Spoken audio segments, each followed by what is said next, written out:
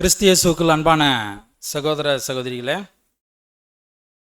நம்முடைய பிதாவாகிய தேவனுடைய நாமத்தினாலும் நம்முடைய கர்த்தராகிய கிறிஸ்து இயேசுனுடைய நாமத்தினாலும் நாம் யாவருக்கும் கிருபையும் சமாதானமும் உண்டாவதாக என்ற வாழ்த்துதலை மத்தியில் கூறிக்கொண்டு நாம் இன்றைய பாடத்துக்குள்ளே கடந்து போகிறோம். தேவனுடைய கிருபையில் நாம் இன்றைக்கு பார்க்கக்கூடிய இந்த ஒரு பாடத்தினுடைய தலைப்பு சகோதரர் சொன்ன வண்ணமா பொல்லாங்கு செய்கிறவர்களும் அந்நிய காரியங்களில் தலையிட்டு கொள்ளுகிறவர்கள்.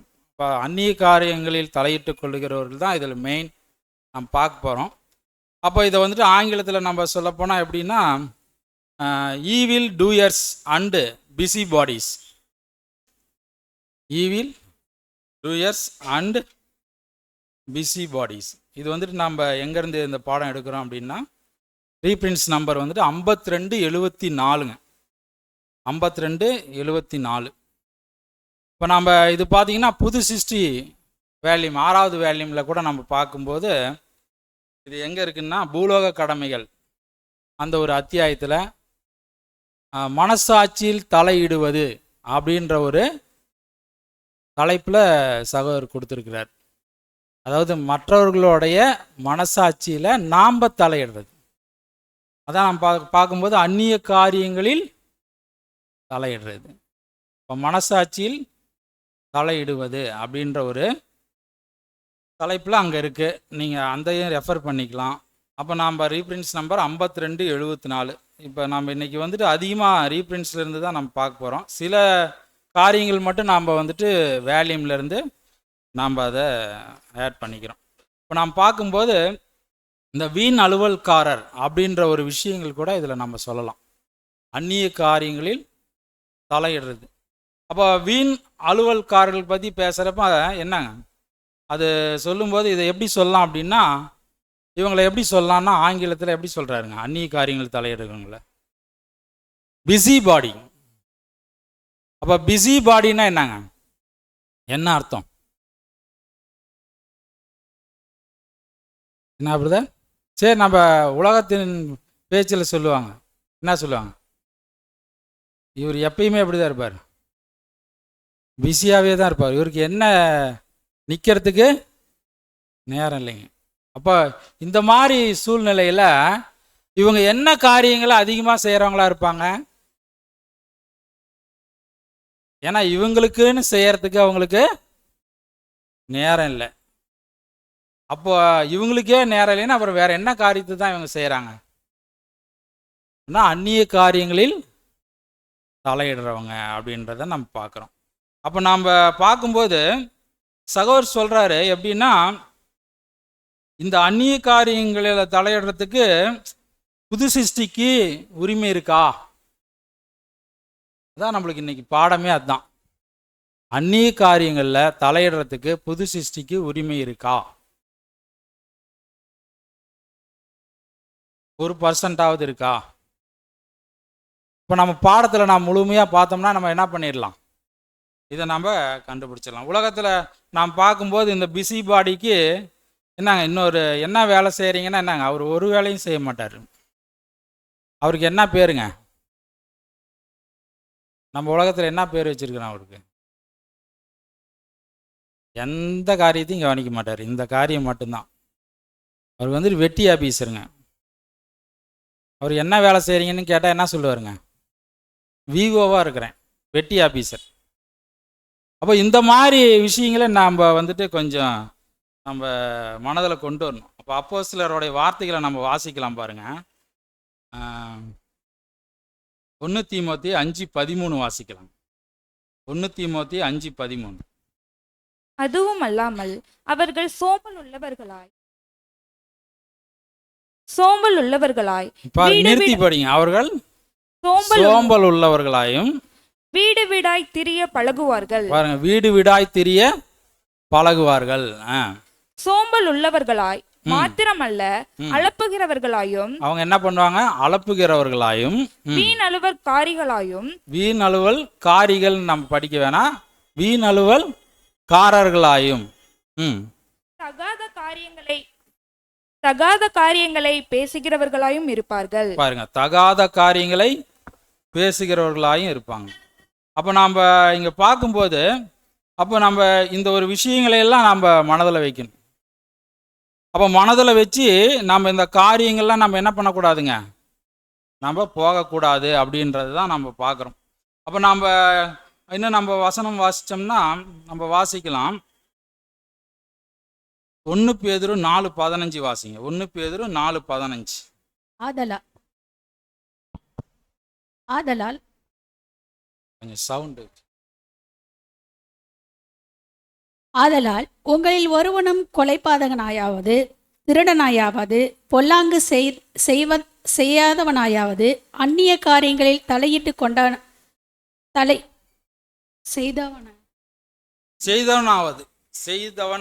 செய்தவனாவது, அந்நிய காரியங்களில் தலையிட்டு கொண்டவனாவது பாடுபடுகிறவனாய் இருக்கக்கூடாது. பாருங்க, இங்க சொல்றப்ப என்னங்க, நம்மளுக்கு வந்துட்டு நம்ம பார்க்குறோம், உங்களில் ஒருவனும் என்ன பண்ணக்கூடாதுங்க, பொல்லாங்கு செய்தவனாவது, அந்நிய காரியங்களில் தலையிட்டு கொண்டவனாவது. அடுத்த ஒரு வார்த்தையை சொல்றாங்க, என்ன சொல்றாங்க, பாடுபடுகிறவனா இருக்கக்கூடாது. நம்மளுக்கு எந்த பாடுகள் நம்மளுக்கு தேவை அப்படின்றத நாம் உணரணும். நம்மளுடைய பாடுகள் எதை நிமித்தம் இருக்கணுங்க? ஆமா, கிறிஸ்துவின் நிமித்தம் இருக்கணும். நம்மளுடைய பாடுகள் கிறிஸ்துவ நிமித்தம் இருக்கிறப்ப நம்ம இந்த மாதிரியான பாடுகளுக்குள்ள நம்ம கடந்து போக மாட்டோம். அப்ப நம்ம அந்நிய காரியங்கள்ல நம்ம தலையிட்டு நம்மளுக்கு வந்துட்டு கஷ்டம் பிரச்சனை அப்படின்னு நம்ம சொல்லிக்கிட்டே இருந்தோம்னா அது கிறிஸ்துவனுடைய பாடுகளா? இல்லை. அப்ப நாம என்ன செய்யக்கூடாதுங்க, அந்நிய காரியங்கள் நாம தலையிடக்கூடாது. இது வந்துட்டு சுயத்தின் நிமித்தம் வரும் பாடுன்றார் பிரதர். இது அவங்களுடைய மாமிசத்தின் நிமித்தம் வர பாடுகள். அதனால நம்ம அந்நிய காரியங்களை நம்ம தலையிடக்கூடாது. அது சுய நோக்கத்தின் நிமித்தம் அவருடைய மாமிசத்தின் பிரகாரம் அதை திருப்திப்படுத்தும் நோக்கத்துடன் இந்த பாடுகளை அவர்கள் அனுபவிக்கிறார்கள் என்றார். அப்ப நாம ரொம்ப ஜாக்கிரதை உள்ளவங்களா இருக்கணும். இன்னும் நம்ம பார்க்கும்போது 2 தீமோத்தேயு 3:12 நம்ம வாசிக்கலாம். 13 2 வசனங்களையுமே வாசிங்க. 2 தீமோத்தேயு 3:12, 13. அன்றியும் கிறிஸ்து இயேசுவுக்குள் தேவ பக்தியாய் நடக்க மனதாயிருக்கிற யாவரும் துன்பப்படுவார்கள். பாருங்க, இங்க நம்ம பார்க்குறோம். அப்ப எதை நிமித்தம் துன்பப்படுவாங்க?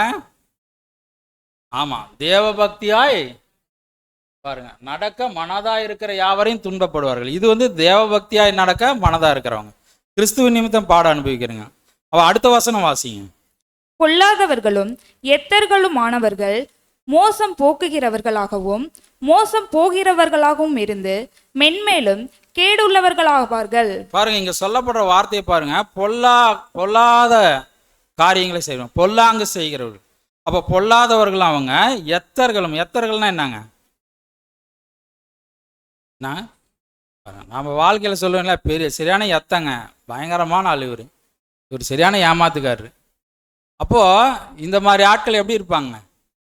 எத்தர்களும். அப்புறம் பாருங்க, மோசம் போகிறவர்களாகவும் அவங்களும் மோசம் போவாங்க, மற்றவங்களையும் மோசம் போக்குவாங்க. அப்போ நம்ம இங்கே பார்க்கும்போது இவங்க வந்துட்டு கேடு உள்ளவர்கள்ன்றார் வார்த்தையில். அப்போ நம்ம எவ்வளோ ஜாக்கிரதை உள்ளவங்களா இருக்கணும் அப்படின்றத நாம் உணரணும். அப்போ இவங்க இந்த மாதிரி விஷயங்கள் செய்கிறவங்களுக்குள்ள இளைப்பாறுதல் இருக்காதான். அப்போ கிறிஸ்துவின் நிமித்தம் அவங்க பாடுகளை அனுபவிச்சாங்க, சில ப்ராப்ளத்தை அவங்க வந்துட்டு ஃபேஸ் பண்ணாங்க அப்படின்னா அவங்களுக்குள்ள என்ன இருக்குங்களா? இளைப்பாறுதல் இருக்கும். அப்போ இவங்களுக்குள்ள என்ன இருக்காதுங்க? இளைப்பாறுதல் இருக்காது. அந்த சத்தியமும் இவங்களுக்குள்ள இருக்காதுங்களாம். சத்திய ஞானம் இவர்களுக்குள்ள இல்லை அப்படின்றத ரொம்ப தெளிவாக அங்கே சொல்கிறார். அப்போ நாம் இவங்க வந்துட்டு தீமை பேசுகிறவங்க. இவங்க என்னங்க? தீமை பேசுகிறவங்க. அப்போ அப்படி சொல்லிட்டு பிரதர் இங்கே ரீப்ரிண்ட்ஸில் சொல்லும்போது எப்படி சொல்கிறார் அப்படின்னா, நிச்சயமாக கர்த்தருடைய பிள்ளைகளில் யாரும் வேண்டுமென்றே தீங்கு செய்பவர்களாக இருக்க மாட்டார்கள் அப்படின்ற. இப்போ கர்த்தருடைய பிள்ளைகள் என்ன செய்ய மாட்டாங்களாம்? வேணுமென்று தீங்கு செய்ய மாட்டாங்களாம். அப்போ வேண்டுமென்றே தீங்கு செய்பவர்கள் அப்படி செஞ்சாங்க அப்படின்னா அவங்களுக்குள்ள எந்த ஆவி இல்லை அப்படின்றாருன்னா கர்த்தருடைய ஆவி இல்லையா. அப்போ அந்த வேண்டுமென்றே தீங்கு செய்பவர்கள் கர்த்தருடைய ஆவியை உடையவர்களாக இராமல் சத்ருனுடைய ஆவியை உடையவங்களா இருக்கிறாங்க. அவங்களுடைய எண்ணங்கள் சுவாபமே எப்படிங்க அந்த மாதிரி ஒரு விதத்தில் மாறிடும். அப்போ இப்படிப்பட்டவங்க செய்யும் காரியங்கள் எப்படி அப்படின்னு சொல்றாருன்னா, உண்மையாக அர்ப்பணம் செய்தவர்களுக்கு எதிராக சொல்லப்பட்ட ஒரு மோசமான காரியமா இருக்குமா. அப்போ ஒரு அர்ப்பணிப்பு வாழ்க்கை வாழ்றாங்க, அவங்களுக்கு எதிராக இந்த ஒரு விஷயங்கள் அந்நிய காரியங்களை தலையிட்டு சில பொல்லாங்களா சொல்றாங்க அப்படின்னா, அவங்கள பத்தி சொல்றப்ப என்னங்க அவர் சொல்றாரு, அர்ப்பணம் செய்தவர்களுக்கு எதிராக சொல்லப்பட்ட ஒரு மோசமான காரியமாக இருக்கும். அப்படி ஒருத்தர் செஞ்சார் அப்படின்னா அவனுக்குள்ள ஒரு தவறு இருந்தாதான் அப்படி என்ன பண்ணுவாங்களா அவங்க மற்றவங்க கிட்ட அவங்க சொல்லுவாங்க. அவர் எழுதுறப்ப, அவன் ஒரு தவறினால் மேற்கொள்ளப்பட்டிருப்பான் அல்லது அவனுடைய இருதயம் ஏற்றுக்கொள்ளாத எதையாவது செய்யும்படி சத்ருவின் கண்ணில் விழுந்திருப்பான். அவர் சொல்றப்ப அவர் சொல்றார். அப்ப நாம் இங்க பார்க்குறோம், அப்ப தீய செயல்கள் அறியாமல் செய்ததாக இருந்தாலும் அது எப்படி இருக்கணும் அப்படின்றாருங்க, ஜாக்கிரதையாக கவனிக்கப்படணுன்றார். ஒருத்தர் அந்த மாதிரி விஷயங்கள்லாம் செய்கிறாரு அப்படின்னா அவங்கள என்ன பண்ணணுன்றார், ஆமாம் கவனிக்கணும், ஜாக்கிரதையாக அங்கே கவனிக்கணும் அப்படின்னு சொல்கிறார். அப்போ நாம் பார்க்கும்போது அதான் நம்ம 1 பேதுரு 4:15 வாசிக்க வேண்டாம், உங்களில் ஒருவனும் பொல்லாங்கு செய்கிறவனாயிருந்து அப்போ அந்நிய காரியங்களில் தலையிட்டு பாடுபடுகிறவனா இருக்கக்கூடாது. அப்போ நாம் பார்க்குறோம், யாரும் எந்த சமயத்திலும் எந்த சூழ்நிலையிலும் கீழும் என்ன பண்ணக்கூடாதுங்களாம், இப்படி செய்யக்கூடாது. ஒரு புது சிருஷ்டி இப்படியெல்லாம் அங்கே செய்யக்கூடாது அப்படின்றார். அப்போ நாம் இங்கே பார்க்கும்போது இது ஒரு கண்ணோட்டத்தில் பார்த்தோம். இன்னொரு கண்ணோட்டத்தில் பார்க்கும்போது சகோதரர் வந்துட்டு என்ன எப்படி பேசுகிறாருன்னா, இதில் நான் பார்த்தோம், ஒரு அந்நிய காரியங்களை தலையிடுறவங்க யாருன்னு பார்த்தேங்க, வேலை இல்லாதவங்க.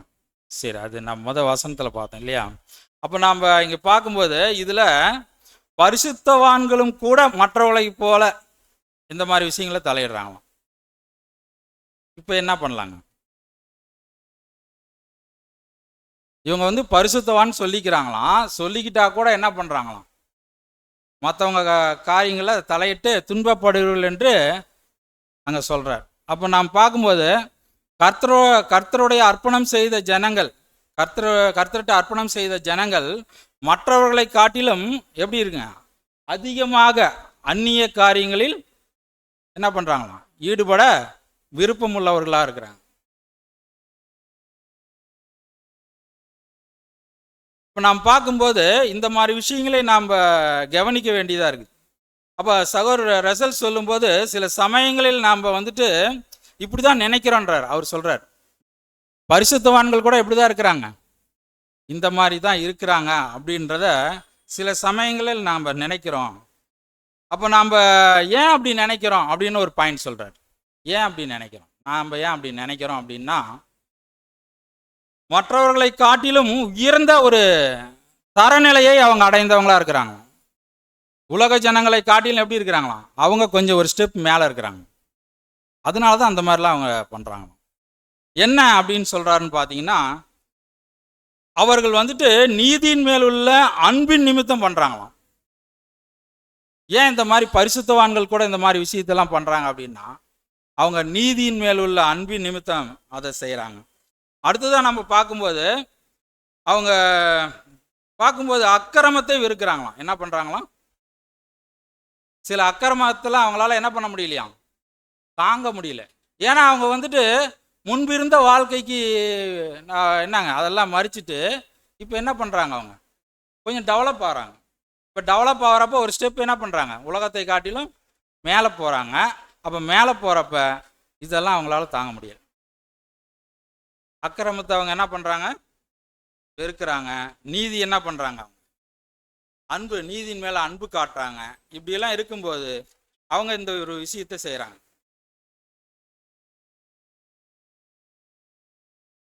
அப்போ அதை நம்ம பார்க்கும்போது இந்த மாதிரி செய்யலாமா, அடுத்த கேள்வி. சரி, அவங்களுக்கு நீதியின் மேலே அன்பு இருக்கட்டும், அக்கிரமத்தை வெறுக்கட்டும், அவங்க அப்படி செய்யலாமா அப்படின்றது நம்ம யோசிக்கணும்.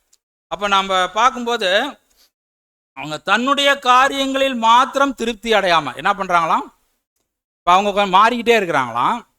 மாறிக்கிட்டே இருந்து தங்களுடைய காரியத்தில் மாத்திரம் திருப்தி அடையாமல் அடுத்ததை நான் மற்றவர்களுக்கு புத்தி சொல்றதுல ஆரம்பிச்சுட்டுறாங்க. என்ன பண்ணிடுறாங்களாம், இவங்க திருப்தி ஆகிறது எப்படின்னா அவங்களுக்குள்ள எப்படி ஆயிடுறாங்கன்னா நம்ம கரெக்டாக இருக்கிறோம் அப்படின்ற ஒரு மனநிலைமைக்கு வந்துட்டு மற்றவங்களை என்ன பண்ண ஆரம்பிச்சிடுறாங்க, இவங்க புத்தி சொல்ல ஆரம்பிச்சிடுறாங்க. அவர் எழுதுறப்ப மற்றவர்களுக்கு புத்தி சொல்வதிலும் சரி செய்யும் சரி பண்ண நாட்டம் உடையவர்களாயும் இருக்க தொடர்ச்சியாக அவர்கள் மனதில் இந்த தூண்டுதல் இருந்து கொண்டே வருதான். அப்போ நம்ம எவ்வளோ ஜாக்கிரதையாக இருக்கணும். அப்போ நம்ம பார்க்கும்போது ஒவ்வொருவரையும் ஒவ்வொன்றையும் சரி பண்ணும் நோக்கம் அவங்க கிட்ட ஆயிடுதான். அப்போ நம்ம பார்க்கும்போது அவங்க வேலையை விட்டுட்டு என்ன வேலையை பண்ணிட்டு இருக்கிறாங்க, இதான் பிரதர் சொல்கிறேன். அப்போ கரெக்டு, இந்த மாதிரி இருக்கிறது கரெக்டு, அவங்க ஒரு தரம் உயர்ந்தது கரெக்டு. ஆனால் இந்த மாதிரி வேலைகளை எல்லாம் செய்யலாமா அப்படின்னா அவங்க செய்யலாமா செய்யக்கூடாதுங்களாம்? ஆமாம். அப்போ ஒருவேளை ஒரு உதாரணம் கொடுக்குறாரு. எப்படி சொல்றாருன்னா, நம்மளுக்கு ரொம்ப உரிமை உள்ளவங்க நெருக்கமானவங்க யார் உலகத்தில்? நம்மளுக்கு உரிமை இருக்கணும், ரொம்ப க்ளோஸாக இருக்கணும். யார் அது? ஃபேமிலி. சரி, ஃபேமிலியில் யார்?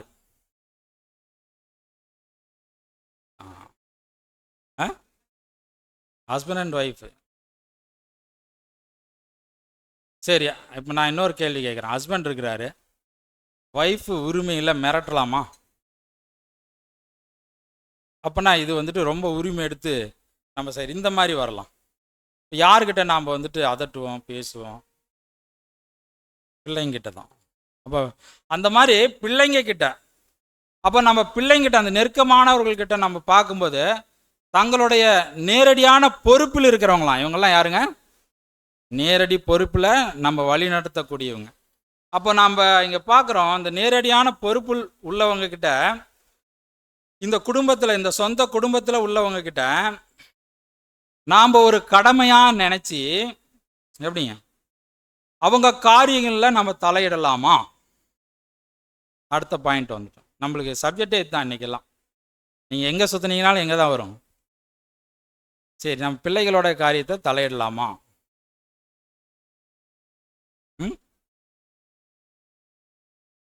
தலையிடக்கூடாதுன்ட்டார் பிரதர். என்ன சொல்லிட்டாரு?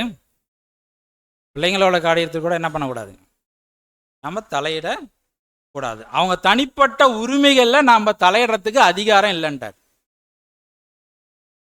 நம்ம அவங்களுடைய தனிப்பட்ட உரிமைகளில் தலையிடுறதுக்கு நம்மளுக்கு அதிகாரம் இல்லை. அப்போ இன்னும் நம்ம பார்க்கும்போது அவங்கக்கிட்ட நம்ம ரொம்ப அதிகமாக போக அவங்களுடைய பர்சனல் ரகசியமான ஒரு விஷயங்கள், அந்தரங்க காரியங்களில் நாம் வந்துட்டு உள்ளேயே நுழையக்கூடாதுன்றார். பிள்ளைகளோட விஷயத்தில் நாம் போகவே கூடாது அப்படின்ட்டார். அப்போ நம்ம இங்கே பார்க்கும்போது அப்படி நாம் சொல்கிறோம், ஒரு ஸ்டேஜ் 18 வயசுக்கு மேலே போயிட்டாவே யார் தாங்க எல்லாமே பிள்ளைங்க மேஜர்.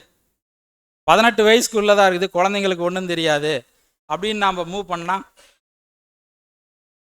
அதில் கூட ஒரு லிமிட்டு தான் ஃபாலோ பண்ண சொல்கிறாரு.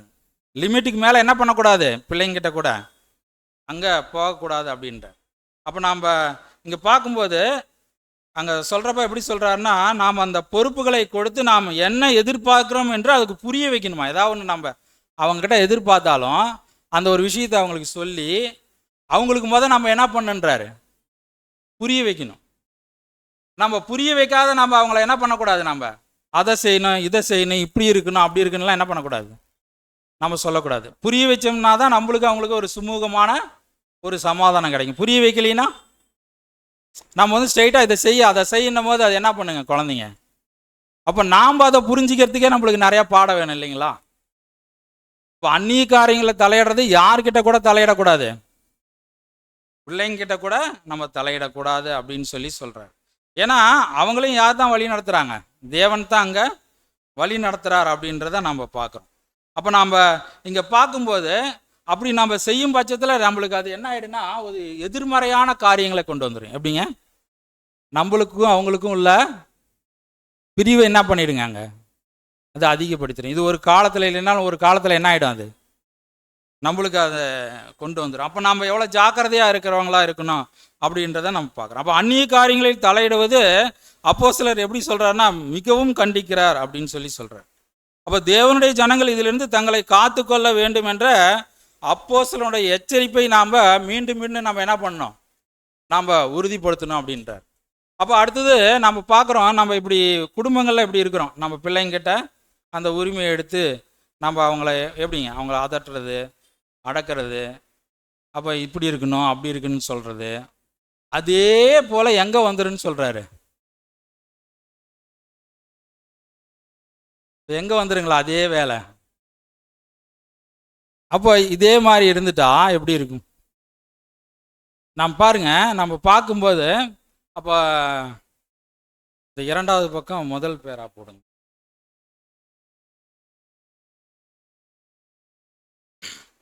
அதாவது சபையில் எல்லா எக்லீசியாவிலும் சொல்கிறார், அந்நிய காரியங்களில் தலையிடுவது சங்கடத்துக்கு மூல ஆதாரமாக இருக்குதுன்றார். அங்கே சொல்கிறார் பாருங்க, பாருங்க, அந்நிய காரியங்கள் தலையிடுவது சங்கடத்துக்கு மூல ஆதாரம் என்பது நமது அனுபவமாக இருக்கிறதுன்னு சொல்கிறார். அவருடைய அனுபவத்திலே அதை என்ன பண்ணாராம் பார்த்தாராம். அடுத்தது பாருங்க, தற்கால சத்தியத்தில் ஒரு தெளிவான அறிவு சங்கடத்தை அதிகப்படுத்தும் சொல்கிறார். ஒரு தெளிவான அறிவு ஒருத்தருக்குள்ளே வந்துருச்சு, சத்தியங்கள் அவங்களுக்குள்ள உள்ள போகுது புரியுதுன்னா அது கூட என்ன ஆயிடுன்றாரு பாருங்க. அடுத்தது சொல்றாரு, சொல்லிட்டு குடும்பங்களில் இன்னொரு அங்கத்தினருடைய காரியங்களை தெரிந்து கொள்ள விரும்புவதால் தவறான உணர்வுகள் பெறப்படுகிறது போல. நீ எப்படி குடும்பத்துல இந்த மாதிரி இருக்கிறீங்களோ அதே போல என்னங்க சபைகளிலும் மற்றவர்களது காரியங்களில் ஈடுபடுவது, விசாரிப்பது, தலையிடுவது, இந்த சுபாவம் வந்துடுது. அப்போ நம்ம எவ்வளோ ஜாக்கிரதையாக இருக்கணும். அப்போ நம்ம இந்த மாதிரி அட்வைஸ் பண்ணுறது, மற்றவங்களை கூட்டு சொல்கிறது, இதெல்லாம் என்ன பண்ணவே கூடாது. இது யாருக்கு வேலையோ அவங்கவுங்க அந்தந்த வேலையை என்ன பண்ணுங்க செய்யணும். அப்போ நம்ம செய்கிறப்ப அது சபை எப்படிங்க ஆரோக்கியமாக இருக்கும். அப்போ அங்கே சொல்கிறார் பாருங்க, அந்நிய காரியங்களில் தலையிடும் சுபாவம் இருக்கிறது, சில காரியங்களில் ஒருவருக்கொருவர் சம்பந்தப்பட்ட சகல காரியங்களையும் தேடி கண்டுபிடிப்பது. அவங்களுக்கு என்ன வேலைங்களாம், யார் வீட்டில் என்ன நடக்குது, என்ன பண்ணுறாங்க, என்ன செய்கிறாங்க, இவங்க எப்படி இருக்கிறாங்க, அவங்க எப்படி இருக்கிறாங்க, இதெல்லாம் விசாரிக்கிறவங்களுடைய வேலையை என்னதாங்க இந்த வேலை, அந்நிய காரியங்களில் தலையிடுற வேலை. அப்போ நம்ம ஒருத்தர்கிட்ட நம்ம பேசும்போது பழகும்போது ஒரு லிமிட் ஃபாலோ பண்ணணும். நம்ம சத்தியத்தினுடைய இணைப்பில் இருக்கிறோம், அந்த ஐக்கியத்தில் இருக்கிறோன்னா அந்த சத்தியத்தினுடைய லெவல்ல இருந்து என்ன பண்ணிடக்கூடாது, நம்ம தாண்டி போனோன்னா நம்மளுக்கு ஒரு பாடம் கிடைக்குங்க. அந்த பாடம் கிடைச்சி நாம் அதை திருந்திக்கிட்டோம் அப்படின்னா நம்மளுக்கு திருப்பி நம்மளுக்கு கண்டினியூ ஆகும். ஒருவேளை நம்ம திரும்பவும் அதை செஞ்சுக்கிட்டே இருக்கிறோன்னா அது எங்கே கொண்டு போய் விடுன்றதை நம்ம பாடத்தினுடைய இறுதியில் பார்க்கலாம். அப்போ நம்ம பார்க்கும்போது ஒவ்வொரு விஷயங்களும் எவ்வளோ ஆழமான ஒரு காரியங்களாக இருக்குது பாருங்க. அப்போ நம்ம சபைகளில் மற்றவர்களுடைய காரியங்களில் ஈடுபடுவதும் விசாரிப்பதும் தலைவிடுவதுமான சோபம் நம்ம இடத்துல இருந்துச்சு அப்படின்னா நாம் என்ன பண்ணிக்கணும், இன்னைக்கு நம்ம என்ன பண்ணணும், ஆமாம் மாத்தலினா பயங்கர கஷ்டம். இந்த அந்நிய காரியங்களை தலையிடுறதை பற்றி சகோதரர் புது சிஸ்டி வேல்யூமில் சொல்லும் போது அவங்க இந்த மாதிரி மற்றவங்களுடைய பிரச்சனைக்கு போகும்போது 2 மடங்கு ஸ்ட்ரென்த் ஆகிடுவாங்களாம். அதாவது அவங்களுடைய பலம் மாத்திரம் இல்லை, 2 பங்கு பலம் உடையவங்க ஆயிட்டு பயங்கர ஃபோர்ஸ் ஆகிடுவாங்களாம் அவங்க. அப்போ நம்ம எவ்வளோ ஜாக்கிரதை உள்ளவங்களா இருக்கணும். அப்போ இதெல்லாம் நம்மளுக்கு ஒரு கண்டிப்பான விஷயம். அப்போ நம்ம இங்கே பார்க்கும்போது அந்த ஒரு விஷயங்கள்லாம் தேடி கண்டுபிடிச்சிட்டு நம்ம ஒரு பிரதரை கூப்பிடுறது, இல்லை ஒரு சிஸ்டரை கூப்பிடுறது, உட்கார வைக்கிறது, நம்ம என்ன பண்ணுறது, அவங்களுக்கு அட்வைஸ் பண்ணுறது. அப்போ இதெல்லாம் நம்ம என்ன பண்ணக்கூடாதுங்க, கூடவே கூடாது. அப்போ நாம் பார்க்கும்போது நியாயம் தீர்க்கிற மனநிலைமை நம்மளுக்குள்ளே வந்துடக்கூடாது. நம்ம என்னைக்கு இந்த சத்தியம் தெரியுதோ நம்ம என்ன பண்ணிக்கணுங்க, நம்மளை மாற்றிக்கணும், அவ்வளோதான். சகோதரர் சொல்லும் போது எப்படி சொல்கிறாருன்னா, நம்ம என்னைக்கு இது தெரியுதோ அன்னையிலேருந்து நம்ம என்ன பண்ணிக்கணும், நம்மளை மாற்றிக்கணும், அவ்வளோதான். நம்மளுக்கு பைபிளில் ஒரு சிறந்த ஒரு விஷயம் என்ன தெரியுங்களா, ஒரு வார்த்தை. இன்னைக்கு உலகத்தில் எந்த புக்குலையும் இல்லை, எந்த புத்தகத்துலையும் இல்லை, எந்த ஒரு இந்து புக்குலையும் இல்லை, முஸ்லீம்லையும் இல்லை, எந்த ஒரு மதத்துலையும் இல்லை. மனம் திரும்புதல். என்னங்க மனம் திரும்புதல். மனம் திரும்பி தேவன்கிட்ட நான் இது தப்பு பண்ணிட்டேன்னு சொல்லிட்டு நம்ம சரண்டர் ஆயிட்டோம். தப்பு பண்ணிட்டேன்னு சொல்லிட்டு நம்ம என்ன ஆயிட்டோம், சரண்டர் ஆயிட்டோம். அப்படின்னா என்ன பண்ணிடுவார் தேவன்? ஓகே, இல்லை நான் தப்பு பண்ணல தேவனே அப்படின்னு நம்ம அதுக்கு நிறையா அடிக்கிட்டே போனால் தேவன் என்ன செய்வார்? அப்போ நம்ம பார்க்கணும். நம்ம வந்துட்டு அப்போ இந்த சத்தியங்கள் தெரிகிறப்ப நம்ம வந்துட்டு நம்ம என்ன பண்ணிக்கணுங்க, மாற்றிக்கணும். அப்போ நம்ம அன்பில் குறைவுபடுதலே இந்த சிரமத்திற்கு காரணம் அப்படின்றார். நம்ம ஒருத்தருக்கு ஒருத்தர் இப்படி இருக்கிறோம் அப்படின்னா என்ன காரணங்க? நம்மக்கிட்ட அன்பு இல்லை அப்படின்றத நாம் அங்கே பார்க்குறோம் அப்படின்றார். அப்போ நாம் எப்படி இருக்கணுங்க? நம்ம எப்படி இருக்கணும்னா ஒருவரோட ஒருவர் அன்பு இருக்கணும். அந்த அன்பு எதன் நிமித்தம் இருக்கணும்? எதன் நிமித்தம் இருக்கணுங்க? சத்தியத்தின் நிமித்தம் இருந்தால் அது வந்துட்டு நம்மளுக்குள்ள அந்த ஆரோக்கியமான சூழ்நிலையை அங்கே கொண்டு வந்துட்டு இருக்கோம். அப்போ மீறி போகிறப்ப அந்த அன்பு என்ன ஆகிடும்? அது சத்தியத்தில் நம்மளை என்ன கண்டிப்பாக அங்கே கூட்டி செல்லாது அப்படின்றத நம்ம பார்க்கணும். அப்போ நம்ம இங்கே பார்க்கும்போது நாம் மற்றவங்களுக்கு நாம் அதை பார்க்குறப்ப நம்மளை நாம் என்ன பண்ணிக்கணுன்றாரு? திரும்பி பார்க்க சொல்றாரு. தன்னைத்தானே சோதித்து அறியணும் அப்படின்னு சொல்லி அங்கே சொல்றாரு. அப்போ தன்னைத்தானே சோதித்து அறிஞ்சிட்டோம் அப்படின்னா நம்மளுக்கு இந்த ஒரு விஷயங்கள்லாம் நம்மளுக்கு என்ன ஆகாதுங்க, நம்மளுக்குள்ள அங்கே பிரச்சனை ஆகாது. அப்போ ஒவ்வொருவரும் தன்னுடைய சொந்த காரியங்களில் நம்முடைய தவறு எந்த அளவுக்கு இருக்கிறது என்று நம்ம என்ன பண்ணுங்க, நம்ம செக் பண்ணணுங்க. அப்படி நாம் செக் பண்ணி அந்த அன்பின் ஆவி நம்மகிட்ட குறைவுபடுது அப்படின்னா நம்ம என்ன பண்ணணும்? யார்கிட்ட போகணும்? தேவன்கிட்ட போகணும். அப்போ தேவன்கிட்ட போய் நம்ம என்ன பண்ணணும்? ஜெபத்தில் மண்டி போடணும். இந்த மாதிரி இருக்குப்பா, என்னால் தாங்க முடியல. இப்போ நம்ம ஜெபத்துலலாம் ஒரு வார்த்தை சொல்லுவோம். நம்ம ஜெபம் கிளாஸ் அடிப்படை வகுப்பில் கேட்டுருக்கிறோம் இல்லைங்களா? அதில் ஒரு பாயிண்ட் இருக்குது. என்ன பாயிண்ட்டுங்க?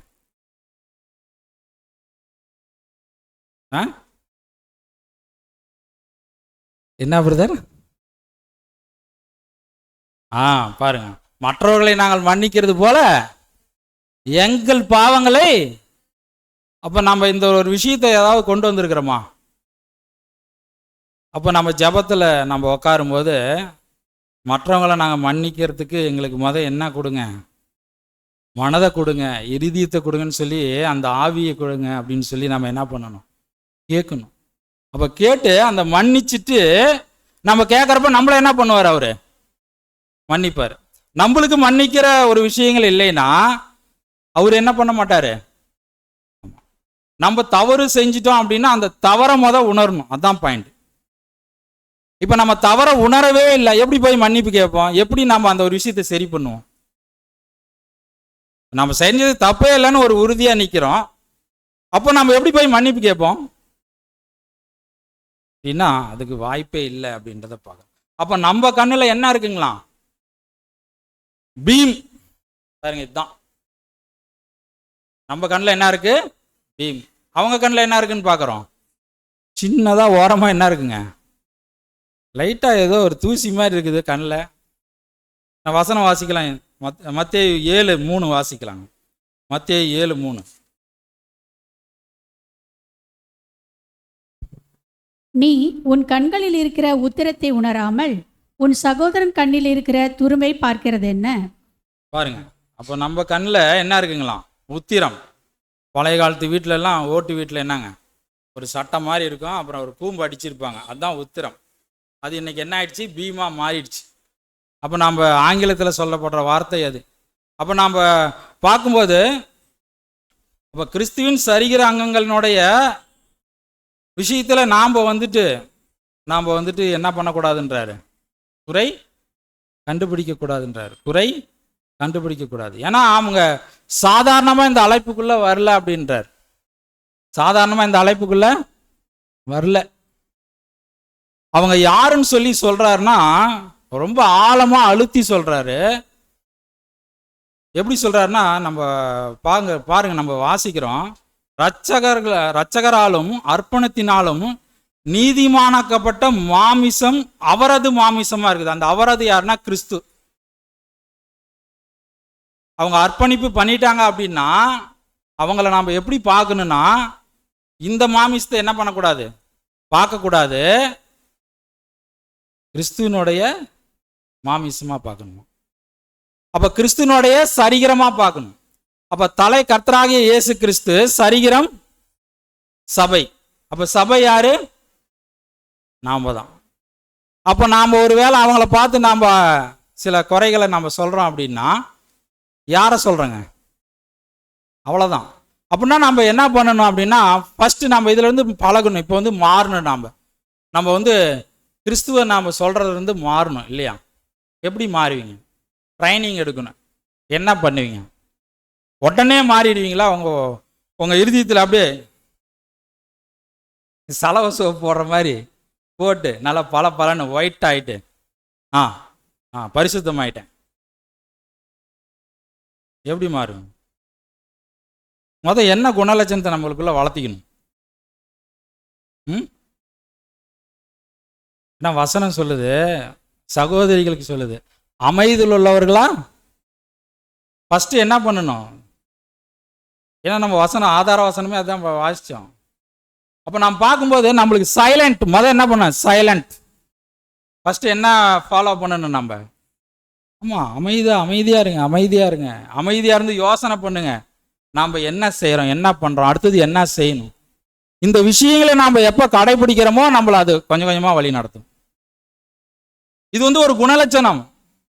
இப்போ நம்ம இன்னைக்கு பார்க்குற பாடம் என்னங்க? இது குணலட்சணத்தில் ஒரு சின்ன ஒரு பாயிண்ட், அவ்வளோதான். இதில் நாம் வந்துட்டு இதை சொல்லப்போனால் ஓப்பனாக சொன்னால் ஜெயிக்கல, ஜெயம் கொள்ளலை அப்படின்னா நம்மளுக்கு எந்த வாய்ப்பு இல்லை, சபை வாய்ப்பு இல்லை. இந்த காரியத்தை நம்ம சரி பண்ணலைன்னா எந்த வாய்ப்பு இல்லை? சபை வாய்ப்பு இல்லை. அப்போ நம்ம என்ன ஆகணும்? First silent. அவங்கள பற்றி நம்ம எதுவுமே என்ன பண்ணக்கூடாது? பேசக்கூடாது. அடுத்தது நாம் அவங்களுக்கு நன்மை செய்ய முடிஞ்சால் அதுக்காக என்ன பண்ணலாம்? நாம் அடுத்த ஸ்டெப் போகலாம். இல்லைன்னா நம்ம என்ன திருப்பியும் சைலண்ட். அப்போ இந்த மாதிரி விஷயங்களை நாம் வந்துட்டு உறுதியாக்கிட்டுனா நம்ம யாருக்கு விரோதமாக இருக்க மாட்டோம்னா கிறிஸ்துவுக்கு விரோதமாக இருக்க மாட்டோம்.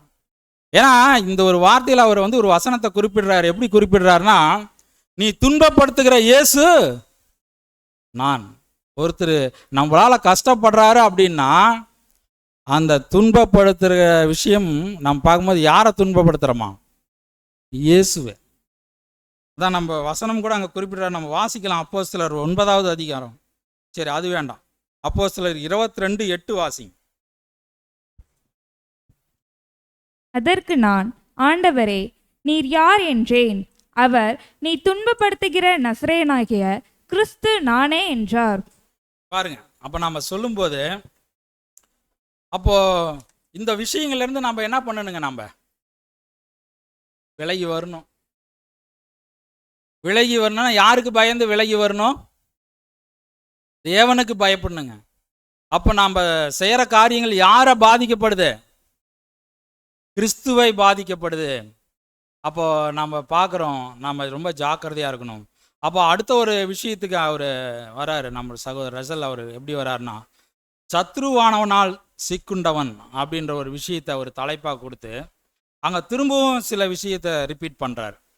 என்ன பண்ணுறாருன்னா, சகோதரர்களில் யாரும் தீங்கிழைக்கும் அன்பற்ற வழியை வேண்டும் என்று தெரிந்தோ அல்லது விருப்பத்துடனோ செய்வார்கள் என்பதை நம்ப முடியவில்லை என்றார். நம்ப முடியாது. இதுவே சகோதரர்களிடத்தில் நாம் கொண்டுள்ள நம்பிக்கையாக இருக்குதுன்றார்.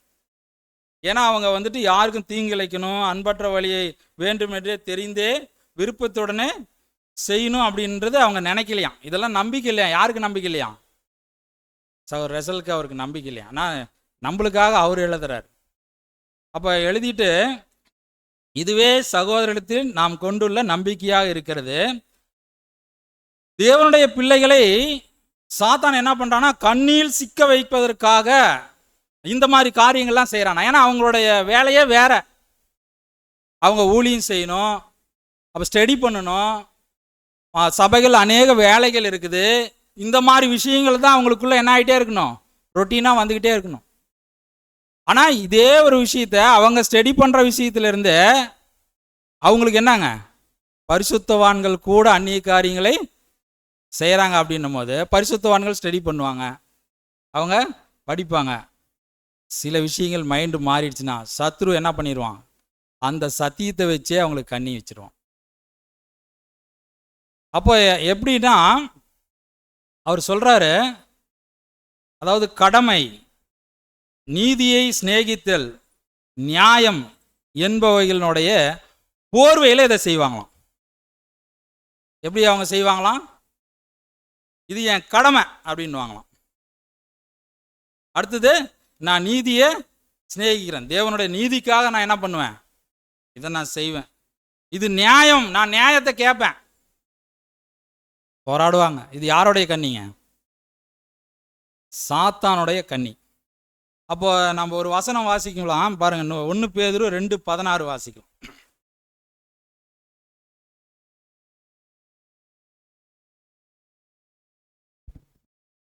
சுயாதீனம் உள்ளவனாயிருந்தும் உங்கள் சுயாதீனத்தை துர்க்குணத்திற்கு மூடலாக கொண்டிராமல். பாருங்க, நம்ம சுயாதீனம், நம்மளுக்கு சுயாதீனம் இருக்குது, எனக்கு சுதந்திரம் இருக்குது அப்படின்னு நம்ம சொல்லுவோம். அதை நம்ம எதுக்கு மூடலாக கொள்ளக்கூடாது? துர்க்குணத்துக்கு மூடலாக கொள்ளக்கூடாது. நம்ம கடமை கரெக்டு, நீதியை சிநேகிக்கிறது கரெக்டு, நியாயம் கரெக்டு. ஆனால் இந்த மாதிரி போர்வையில் இது பண்ணி அப்போ என்ன பண்ணிடக்கூடாது? சத்துனுடைய கண்ணியில் நாம் விழுந்துடக்கூடாது. அப்போ நாம் பார்க்கும்போது இப்போ அந்நிய காரியங்களில் தலையிடுதல்ன்றது இது ஒரு மெத்தேடு. அப்போ நம்ம எந்தெந்த விதத்தில் ரொம்ப ஜாக்கிரதையாக இருக்க வேண்டியவங்களா இருக்கிறோம். அப்போ ஒரு அன்பில்லாத ஆவியை அபிவிருத்தி செய்யவும் சத்துருவானவன் மிகவும் விழிப்புள்ளவனாக இருக்கிறான். அன்பில்லாத ஆவியை என்ன பண்ணுவானா? அபிவிருத்தி செய்கிறானா. நாம் சொல்லுவான் அன்பு கரெக்டு தான், நாம் ரொம்ப ஸ்ட்ரிக்டாக இருக்கணும். நம்ம ஒரு காலப்பகுதியில் நம்ம மாறிக்கணுங்க. நம்ம வருஷங்கள் ஆக ஆக நம்ம என்ன பண்ணிக்கணும்? நம்மளை மாற்றிக்கிட்டே ஆகணும். அப்படி நம்ம மாற்றிக்கிட்டோம் அப்படின்னா நாம் இதிலிருந்தெல்லாம் நம்ம விடுபட்டுருவோம். அப்போ சத்ருவானவன் அப்போ இந்த மாதிரி விஷயத்தை அங்கே முன்னாடி கொண்டாந்து கடமை, நீதி, நியாயத்தை கொண்டாந்துட்டு அன்பை வைக்க மாட்டான். அப்போ அன்பை வைக்காத இருந்தால் ஆட்டோமேட்டிக்காக நம்ம என்ன பண்ணிவிடுவோம்? அப்போ அந்நிய காரியங்களை தலையிட்டு நம்மளை நாம் அப்போ ஒரு தள்ளப்பட்ட ஒரு நிலைமைக்கு அங்கே கொண்டு போயிடுவோம் அப்படின்றத பார்க்கணும். அப்போ நாம் ஒருவருக்கொருவர் என்ன பண்ணக்கூடாதுன்றனா, சகோதரர் சொல்லும் போது தீர்ப்பு செய்யக்கூடாதுன்றார். நியாயத்தை வற்புறுத்தாதீங்கன்றார். என்ன சொல்கிறாரு? நீங்கள் சொல்லுங்க, ஆனால் வற்புறுத்தாதீங்க. வற்புறுத்துறது வேற, சொல்கிறது வேற. நாம் அது செய்யற முடியும்னு விட மாட்டோம். அது என்ன காரியங்க? இந்த வேலையை நம்ம செய்யவே கூடாது. நம்மளுக்கு வேலையே இல்லைங்க. நம்ம வார்த்தையை எடுத்துட்டு அப்படி கொடுத்துட்டு வந்துடுவோம். நம்மளுக்கு என்னான்னு பேருங்க? நம்மளுக்கு தூதர்கள். தூது போகிறவங்களுக்கு என்ன வேலைங்க? இப்போ ராஜா ஒரு என்னங்க ஓலை சுவடியா விரித்து பார்ப்பாங்க இல்லைங்க, என்னங்க அது? எனக்கு தெரியல, சொல்ல தெரியல. சரி, ஓலைச்சுவடினா நீட்டமாக இருக்கும். சரி, கொடுத்து விட்றாரு பேக் பண்ணி. அங்கே போனால் என்னங்க, அவரு தான் பிரித்து படிப்பார். இவருக்கு என்ன தான் வேலை? அந்த வார்த்தையை கொடுக்குற வேலை மட்டும்தான். அப்புறம் கொடுத்துட்டு அவர்கிட்ட கொடுத்த வாட்டி நீ செஞ்சியா, எங்கள் ராஜா சொன்னார் நீ செஞ்சியா அப்படின்னா அது சரியா இருக்குமா? நம்மளுக்கு வேலை என்னவோ அதை மாத்திரம்தான் செய்யணும். அதுக்கு மேலெல்லாம் நம்ம என்ன பண்ணக்கூடாது? போகவே கூடாதுங்க. அப்போ அவங்களுக்கு தீர்ப்பு செய்கிறது, நீ செய்யறில்ல, நீ செஞ்சது தப்பு, நம்ம மனசில் நினச்சிக்கலாம். நம்ம வெளியே என்ன பண்ணக்கூடாது? சொல்லக்கூடாது. இந்த அதிகாரம்லாம் நம்மளுக்கு கிடையாது. அப்போ நமக்கு அங்கே சொல்கிறாரு, நமக்கு தேவன் அதிகாரம் அளிக்கவில்லை அப்படின்ட்டார். எந்த ஒரு விதத்துலையும் நம்மளுக்கு என்ன இல்லை? அதிகாரம் அளிக்கலை. நாம் ஒருவருக்கு ஒருவர் தண்டிக்கவோ தண்டனை கொடுக்கவோ நமக்கு தேவன் அதிகாரம் கொடுக்கறது இல்லை அப்படின்றார். அப்போ நம்ம யாரையுமே என்ன பண்ணக்கூடாதுங்க? நியாயம் விசாரிக்க கூடாது. இந்த நியாயம் விசாரிக்கிற வேலை யார் செஞ்சாங்க? சரி, நான் இப்படி வரேன். ஒரு 12 கோத்திரத்துலேருந்து ஒருத்தர் இல்லாதையே போயிட்டார். ஒரு கோத்திரம் ஏன் அவர் இல்லாத போனார்? அவர் நியாயம் விசாரிப்பார். அப்போ நாம் பார்க்கும்போது இந்த ஒரு விஷயங்கள்லாம் நம்ம ரொம்ப ஜாக்கிரதையாக நம்ம பார்க்கணும். அப்போ நாமளும் என்ன ஆகிடுவோம்? 1,44,000. அதில் நம்ம எந்த கோத்திரமாக இருக்கக்கூடாது, எந்த கோத்திரமாக இருக்கணும்? தான் கோத்திரமாக இருக்கக்கூடாது, மானாசே கோத்திரமாக இருக்கணும். மானாசே கோத்திரமாக நம்ம இருந்துட்டோம் அப்படின்னா நம்ம தப்பிச்சோம். அப்போ தான் கோத்திரமாக இருந்தால் அந்த ஒரு வாய்ப்புக்குள்ளே நம்ம வரமாட்டோம். இது ஒரு சின்ன ஒரு உதாரணம் தான் நம்ம கொடுக்குறோம். அப்போ நாம் அவருடைய ஜனங்களை நாம் விசாரிக்க கூடவே கூடாது. அப்போ நம்ம சத்தியங்களை சொல்கிறதெல்லாம் நம்ம என்ன பண்ணக்கூடாது? சொல்லலாமா என்னவா? சொல்லி தான் ஆகணுங்க. அதை நம்ம சொல்லணும். சத்தியத்தை வச்சு முன் வச்சுட்டு நம்ம ரிவேஸ் ஆயிடணும். நாம் அவங்கள வற்புறுத்தி அதை செய்ய சொல்கிறது நம்மளுக்கு வேலை இல்லை. ஆனால் சத்தியம் சொல்லுனா சொல்லி தான் ஆகும். அப்போ அப்படி நம்ம வற்புறுத்தினா அப்படின்னா தான் அது என்ன ஆகிடுனா அந்நிய காரியங்களில் தலையிடுறதா ஆகும். அப்போ நாம் என்ன பண்ணக்கூடாதுங்க, செய்யக்கூடாது. நம்ம தீர்ப்பிடக்கூடாது. அப்போ நம்ம நியாயம் விசாரிக்கக்கூடாது. இந்த மாதிரி வேலையெல்லாம் நம்ம செய்யக்கூடாது. ஏன்னா வசனம் என்ன சொல்லுதுன்னா, நம்ம 1 கொரிந்தியர் 4:5 வாசிக்கலாம். 1 கொரிந்தியர் 4:5.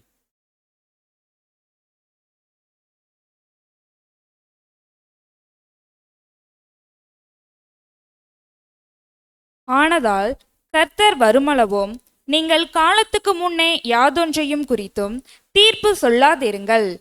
இருளில் மறைந்திருக்கிறவைகளை அவர் வெளியரங்கமாக்கி இருதயங்களின் யோசனைகளையும் வெளிப்படுத்துவார். அப்பொழுது அவனவனுக்குரிய புகழ்ச்சி தேவனால் உண்டாகும். பாருங்க, அங்க ஒரு வார்த்தை பாருங்க, காலத்துக்கு முன்னே தீர்ப்பு செய்ய வேண்டாம். அப்ப அடுத்தது சொல்றாரு, யாதொன்றை குறித்தும் தீர்ப்பு சொல்லாதிருங்கள் அப்படின்றார். அப்போ அதனால் கர்த்தர் வருமளவும் நீங்கள் என்ன பண்ணக்கூடாது. அப்ப கர்த்தர் வருமளவுன்னா என்ன? நம்மளுக்கு இன்னைக்கு தீர்ப்பு செய்யற வேலை இல்லை.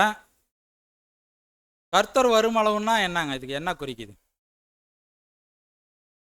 நம்மளுக்கு கூட கர்த்தர் வந்துட்டார் அப்படின்னா, தலையும் சரிகரமும் சேர்ந்துடுச்சு அப்படின்னா கிறிஸ்துவா மாறிடும். காலத்துக்கு அப்புறம் என்ன பண்ணலாம்? நம்ம நியாய தீர்ப்பு கொடுக்கலாம். எங்க போய் நாம நியாய தீர்ப்பு கொடுக்கலாம்? உலகத்தை நியாயம் தீர்க்கலாம். தூதர்களையும் நியாயம் தீர்ப்பீர்கள் என்று தூதர்களையும் நம்ம என்ன பண்ணுவோம்? நியாயம் தீர்ப்போம். ஆனா இப்ப நம்மளுக்கு அந்த வேலை இல்லை. ஒருவேளை நியாயம் தீர்க்கணும் அப்படின்னா சபையா சேர்ந்து சில விஷயத்தை என்ன பண்ணலாம்? சத்தியத்தை வச்சு பேசலாமா ஒழிய தனிப்பட்ட நபர் என்ன பண்ணவே கூடாது, ஒருத்தரை நியாயம் தீர்க்க கூடாது அப்படின்றத நம்ம பார்க்குறோம். அப்போ நம்ம இங்கே பார்க்கும்போது இதை ரொம்ப ஆழமாக பேசுகிறார். எப்படின்னா அவர் சொல்லும் போது பாருங்க, நம்ம வாசிக்கலாம். ஏன்னா தேவன் மேலே நம்மளுக்கு வந்துட்டு பயம் இல்லாத போனதுனால, தேவன் எப்படியாப்பட்டவர்ன்றது தெரியாததுனால எப்படி நம்ம பண்ணிடுறோம்னா இந்த மாதிரி காரியங்கள்லாம் பண்ணிடுறோமா. அவர் எழுதுறப்ப அந்த எழுத்துக்களை நான் வாசிக்கிறேன் பாருங்க. தேவன் திறமையற்றவர் என்று பயப்படுகிறோமா? இந்த மாதிரி காரியங்கள்லாம் செய்யறதுக்கு அவர் திறமை இல்லாதவர்னு சொல்லி பயப்பட்டு நீ செஞ்சிடறீங்களா? நாம் அவரை விட ஞானவானாக முயற்சிக்கிறோமா? இப்படியெல்லாம் நாம் அவங்களுக்கு தீர்ப்பு சொல்லி அவங்கள தப்புன்னு சொல்லி நம்ம செஞ்சு நம்ம யாரோட ஞானவானா நம்ம காட்டிக்கணும்னு நினைக்கிறோமா? தேவனை விட. ஏன்னா தேவனால முடியல, நாம் என்ன பண்ணி ஆகணும்? இதை செய்யணும். நம்ம தேவன் கிட்ட சொன்னா அவர் எப்படி செய்வாருங்க? அவருடைய அந்த ஒரு விஷயங்கள்லாம் எவ்வளோ பர்சன்டேஜ் இருக்கும்? முழுமை அவர் பண்ணா கரெக்டா இருக்கும்.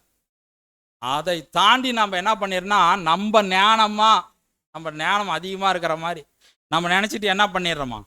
இதை நம்ம செய்கிறோமா? நம்ம யோசிக்கணும். அவர் சொன்ன காரியங்களை நமது கைகளில் எடுத்துக்கொள்ளலாமான்னு கேட்குறார். என்ன கேட்குறாருங்க? அவருடைய காரியங்களை நம்ம கைகளில் நம்ம எடுத்துக்கொள்ளலாமா? நீங்கள் வேணா அந்த ஒரு 3வது பக்கம் முதல் பேரா போடுங்க.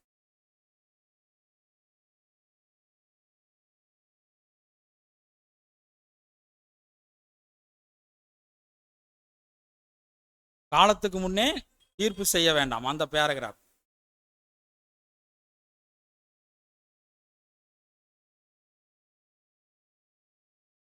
சரி, அப்ப அந்நிய காரியங்களில் தலையிட்டு கொண்டவர்கள் யாராயிருந்தாலும் துன்பப்படுவார்கள், பாதிக்கப்பட்டவரும் துன்பப்படுவார்கள், அநேகரும் துன்பப்படுவார்கள். அப்படியே அங்கே சொல்லிகிட்டே வராரு. இப்போ பேரா இது கொஞ்சம் மாறி இருக்கு. சரி, நானே படித்து காமிச்சிடறேன். அப்போ நம்ம இங்கே பார்க்கும்போது அவர் தேவன் திறமையற்றவர் என்று பயப்படுகிறோமா? நாம் அவரை விட ஞானவானாக முயற்சிக்கிறோமா? அவர் சொன்ன காரியங்களை நமது கைகளில் எடுத்துக்கொள்ளலாமா? அவருடைய கைகளில் விட்டு விடுங்கள் அப்படின்னு சொல்றார். அப்போ அவருடைய கைகளில் நாம் விழுந்தா அது எப்படி இருக்குன்றாருங்க? பயங்கரமா இருக்குமா. இந்த அந்நிய காரியங்களை தலையிடும் போது அவர் நம்ம மேல ஸ்டெப் எடுத்தா என்ன ஆகுங்க? நம்ம ரொம்ப சர்வ ஜாக்கிரதையா இருக்கணும் அப்படின்றத நம்ம பார்க்கணும். எபிரேயர் 10:30-31 வாசிக்கும்.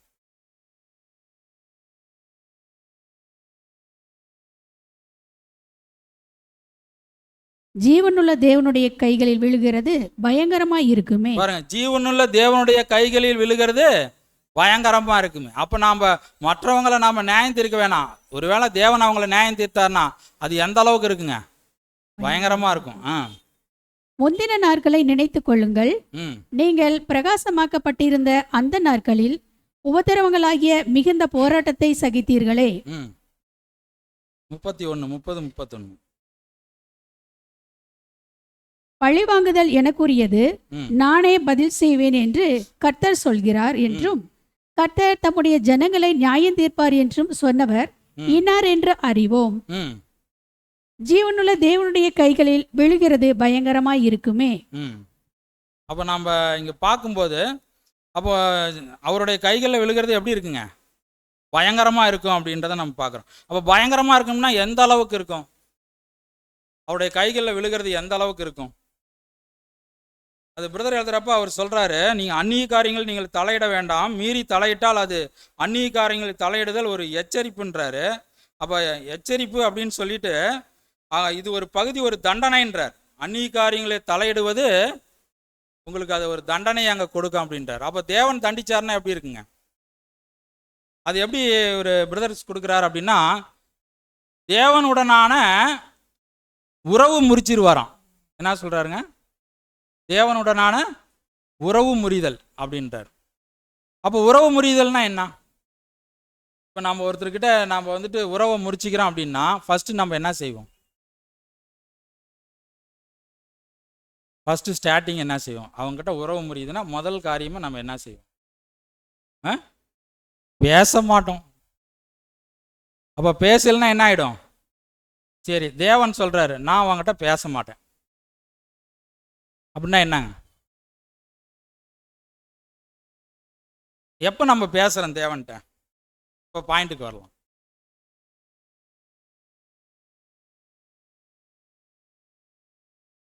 நம்ம எப்போ பேசுகிறோம் தேவன்கிட்ட? அப்போ நம்மளுக்கு எந்த வாய்ப்பு இல்லை? ஜெப வாய்ப்பே இல்லை. நம்ம தேவன்கிட்ட ஜெபமே பண்ண முடியாதுன்னு கொஞ்சம் நினச்சி பாருங்க. ஜெபம் பண்ணாலும் அவர் கேட்க மாட்டார். அப்போ நம்ம சில விஷயங்கள், நம்ம ஒரு சின்ன பாயிண்ட் தான் நம்ம இன்னைக்கு பார்க்குறது என்னங்க, ரொம்ப ஒரு பெரிய லெவல்லாம் இல்லை. இதை வந்துட்டு நம்ம விவரித்து பார்க்குறோம். அப்போது இந்த மாதிரி விஷயங்கள்லாம் நம்ம செஞ்சோம்னா நம்ம என்ன தேவன்கிட்ட கேட்டாலும் நம்மளுக்கு என்ன இல்லைங்க, பதில் கிடையாது. நான் உங்ககிட்ட பேச மாட்டேன், உங்ககிட்ட நான் என்ன பண்ணிட்டேன்? உறவை முடிச்சிட்டேன். அப்போ நம்மளுடைய நிலை எப்படி இருக்குங்க கொஞ்சம் நினச்சி பாருங்க. அடுத்தது அவர் சொல்கிறார், பிரதரு, அவர்களது சமாதானம் தொலைந்து போகின்றார். அவருடைய சமாதானம் என்ன ஆகிடுமா? தொலைந்து போயிடும். அவருடைய சந்தோஷம் தொலைந்து போகும். அவர்களது பரிசுத்த ஆவியினுடனான ஐக்கியம் தொலைந்து போகும். அவங்களுக்கு தண்டனை என்ன சொல்றாருன்னா, அந்த வெகுமதி பார்க்குறப்ப இந்த மாதிரி காரியங்கள்லாம் சொல்றாரு தண்டனை. இன்னும் நம்ம ரீப்ரின்ஸில் வேற ஒரு இடத்துல பார்க்கும்போது தண்டனை என்னென்ன விதத்தில் கொடுக்குறாருங்க, என்னென்ன கொடுக்குறாரு நம்மளுக்கு? 3 விஷயம் அடிக்கடி நம்ம சொல்லுவோம். விபத்து கொடுப்பாராம். நம்மளுக்கு என்ன கொடுப்பாராம்? விபத்து கொடுத்தாருன்னா நம்ம அந்த விபத்தை நம்ம கரெக்டாக கால்குலேஷன் பண்ணி நம்ம அதுலேருந்து நம்ம சரி பண்ணிகிட்டே வரோம். எது எதில் நம்ம தப்பு பண்ணுறோம், என்னென்ன செய்கிறன்றதை நம்ம என்ன பண்ணிக்கணும்? சரி பண்ணிக்கிட்டே வரணும். அடுத்தது என்னங்க? நோய். நம்மளுக்கு நோய் வரும். அடுத்ததான் என்னன்னா, நம்ம வீட்டில் பண கஷ்டம் வரும். திடீர்னு மாறும். நம்ம ஃப்ரீயாக விட்டுக்கிட்டே இருப்பார், திடீர்னு எல்லாமே போயிடும். அப்போ எல்லாமே போனால் எப்படி இருக்கும்? ஏன்னா நிறைய பேர்த்துக்கு தெரியாதுங்க. அப்படியே நல்லா போயிட்டே இருக்கும். தேவன் அவங்க மேலே கண் வச்சு பிடிக்கணும்னு நினச்சிட்டாருன்னா வித்தின் செகண்டில் என்ன பண்ணிடுவார்? இப்போ உதாரணத்துக்கு சொல்ல போனால், இப்போ நோய் கொடுத்துட்டாரு, அந்த நோயை குணமாக்கணுன்னு இப்போ வந்துட்டு ஒரு 1 கோடி ரூபா செலவாகுதுன்னா அவங்க என்ன பண்ணிடுவாங்க? அந்த பணத்தை எவ்வளோ நேரம் அவங்க காலி ஆகிறதுக்கு? 1 கோடி ரூபா பணம் காலி ஆகிடுச்சுன்னா அவங்க யார்? ஒன்றும் இல்லாதவங்க. அப்போ தேவன் செஞ்சால் எது வேணாலும் செய்யலாம். ஆனால் அவர் என்னன்னா பொறுத்து இருப்பார். இதை கூட செய்கிறத கூட எதுக்காக செய்கிறாரு? அவர் நம்ம மேலே வச்ச அன்பில் செய்கிறாருங்க. நம்மளுக்கு எது கொடுத்தாலும் அவர் நம்ம மேலே வச்சிருக்கிற அன்பு, அதை நம்ம புரிஞ்சுக்கிட்டு நம்ம சரி பண்ணி திருப்பியும் வரணுன்றதுக்காக என்ன பண்ணுறாரு? அவர் ஏன்னா இந்த உலகத்தினுடைய விஷயங்கள்லாம் என்னதாங்க நம்மளுக்கு? பவுல் என்ன சொல்றாரு? எல்லாம் குப்பையும் நஷ்டமுமா எண்ணுகிறேன். அப்போ இந்த அளவுக்கு யார் ஒருத்தர் தீர்மானிக்கிறாங்களோ அவங்க முதல்ல என்ன பண்ணிடுவாங்க? சரி பண்ணிக்குவாங்க. அது இன்னும் சொல்லும் போது, உங்களுக்கு இருக்கிறவைகள் போதுமென்று எண்ணுங்கள், நான் உன்னை விட்டு விலகுவதும் இல்லை, உன்னை கைவிடுவதும் இல்லை. அப்போ நம்மளுக்கு போதாதுன்னு நினைக்கிறப்ப தான் அடுத்த ஸ்டேஜ் போய் நம்ம என்ன பண்ணிக்கிறோம்? மாட்டிக்கிறோம். அப்போ நம்ம எப்படி இருக்கணும்னா, நம்ம லிமிட் நம்மளுக்கு போதும்.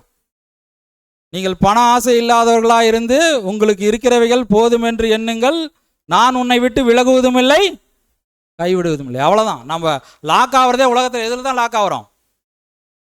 பணம் தான். அது வந்துட்டு சொல்லப்போனால் உலகத்தில் என்ன சொல்லுவாங்க, அது பேய் மாதிரிங்க. அது பிடிச்சிச்சின்னு என்னங்க, அவ்வளோதான், நம்மளை க்ளோஸ் பண்ணிடும். அப்போ நம்மளுக்கு சாத்தான் நம்மளுக்கு சத்ருவாக இருக்கிறான். நம்மளை எந்தெந்த ரீதியாக நம்மளை பிடிக்கணும்னு என்ன பண்ணிகிட்டு இருப்பான்? பார்த்துக்கிட்டே இருப்பான். நம்மளுக்கு எது விலகினா, நம்மளுக்கு எந்த விதத்தில் நம்ம அடித்தா நம்ம இந்த சத்தியத்திலேருந்து வெளியே போவோம், இதெல்லாம் என்ன பண்ணுவான்னா அவன் கவனிச்சிக்கிட்டே இருப்பான். அப்போ நம்ம இங்கே பார்க்கும்போது இதிலெல்லாம் நம்ம ரொம்ப ஜாக்கிரதையாக இருக்கணும். அப்போ இந்த மாதிரி ஜாக்கிரதையாக இருக்கிறவங்க அந்நிய காரியங்களை என்ன பண்ண மாட்டாங்க? தலையிட மாட்டாங்க. அவ்வளோதான். அப்போ இன்னும் சகோதரர் சில விஷயங்களை சொல்கிறார். என்ன சொல்கிறாருன்னா, அப்போ சபையில் ஒரு சகோதரனுக்கும் ஒரு சகோதரிக்கும் கஷ்டம் இருக்குமானால் நீங்கள் என்ன செய்யணும் அப்படின்ற, என்ன செய்யலாங்க? இவ்வளோ நேரம் பார்த்துட்டோம், திரும்பவும் வரோம். ஒரு சகோதரிக்கோ ஒரு சகோதரனுக்கோ கஷ்டம், நீங்கள் என்ன செய்யணும்? சவுண்டு, எல்லா சவுண்டும் குசு குசுன்னு வருது, ஆனால் எதுவும் தெரியும் கேட்க மாட்டேன். என்ன செய்யலாம்? உதவி செய்யலாம். இந்த பாயிண்ட் ஓகே. ஜெபம் பண்ணலாம். அப்போ பிரதர் சொல்லும் போது என்ன சொல்றாருன்னா, உங்கள் வேலையை பாருங்கள், உங்கள் வேலையை மாத்திரம் பாருங்கள், மைண்ட் யுவர் ஓன் பிஸ்னஸ், இதை மட்டும் செய்யுங்கன்ற. நாம் அவங்க கேட்டால் நம்ம என்ன பண்ணணும்? அதை செய்யலாம். கேட்காத என்ன பண்ணக்கூடாது? தலையீடு பண்ணக்கூடாது. அப்போ நாம் பார்க்கும்போது இல்லைன்னா என்ன சொல்கிறாருன்னா, அவர்களிடையே தனியே அவங்கள ரொம்ப தொந்தரவு செய்யாதீங்க, தனியே சரி பண்ண அனுமதியுங்கள். உங்களுக்கு ஏதாவது பிரச்சனைன்னா அவங்க என்ன பண்ண சொல்கிறாரு? தனியே சரி பண்ணுறதுக்கு அவங்கள அனுமதியுங்க. ஒருவேளை அவர் பிரித்து சொல்கிறார். எப்படி சொல்கிறாருன்னா, பெற்றோர்களும் குழந்தைகளுமா இருந்தால் அவர்கள் தங்களுக்குள்ளே சரி பண்ணி கொள்ளட்டும். பெற்றவங்களுக்குள்ள பிரச்சனை. இப்போ அவங்க ஒரு குடும்பமாக இருக்கிறாங்க, பிள்ளைங்க பெற்றவங்கெல்லாம் ஒரு குடும்பமாக ஒரே வீட்டில் இருக்கிறாங்கன்னா அவங்க என்ன பண்ணிக்கணுமா? அவங்களுக்குள்ள சரி பண்ணிக்கிட்டு நீங்கள் என்ன பண்ண வேணாம்? தலையிட வேண்டாம். தேவன் அவர்களுடைய நியாயாதிபதியாக போதனையாளராக இருந்து கொடுக்கிற பாடத்தை அவர்கள் கற்றுக்கொள்ளட்டுன்றார். தேவன் தான் எல்லாம், அவங்க சொல்கிற பாடத்தை அவங்க கற்றுக்கிட்டோம்.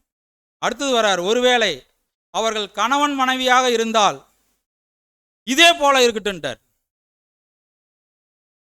நீங்க உள்ள போகாதீங்கன்ட்டார்.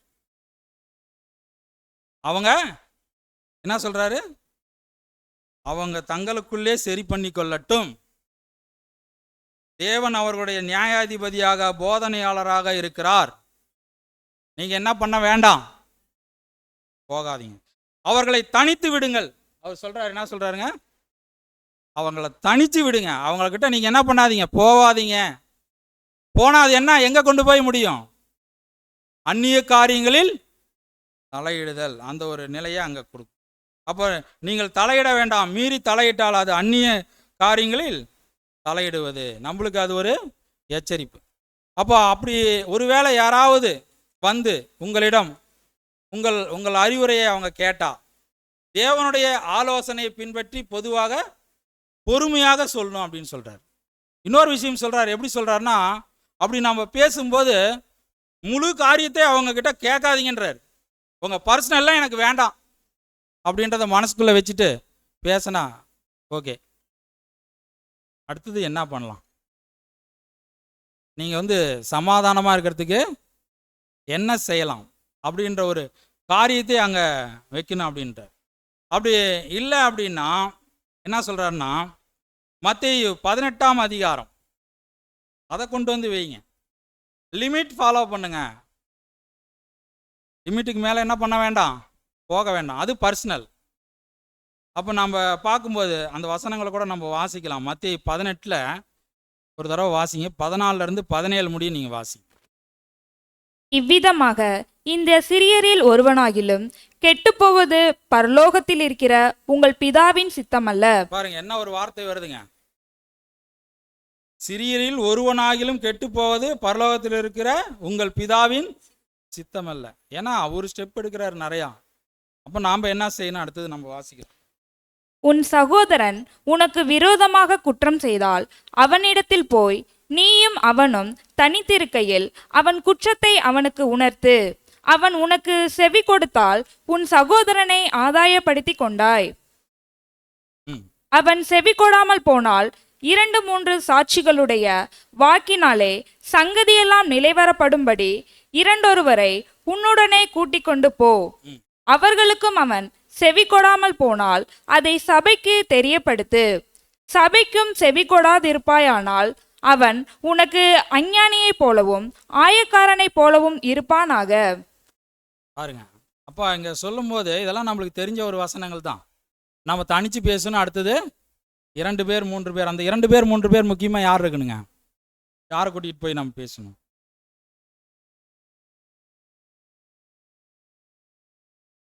நம்ம அந்த ஒரு பொறுப்பில் இருக்கிறவங்கள நம்ம என்ன பண்ணலாம், கூட்டிகிட்டு போகலாம். அப்போ நம்ம அந்த பேசி அதுவும் சரி வரல, அடுத்ததுங்க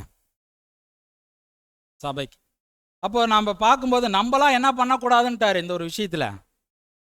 ஆமாம், நியாய தீர்ப்போ அவங்கள கடிஞ்சிக்கிறதோ இந்த விஷயங்கள்லாம் நம்மளுக்கு இல்லவே இல்லைன்ட்டார்.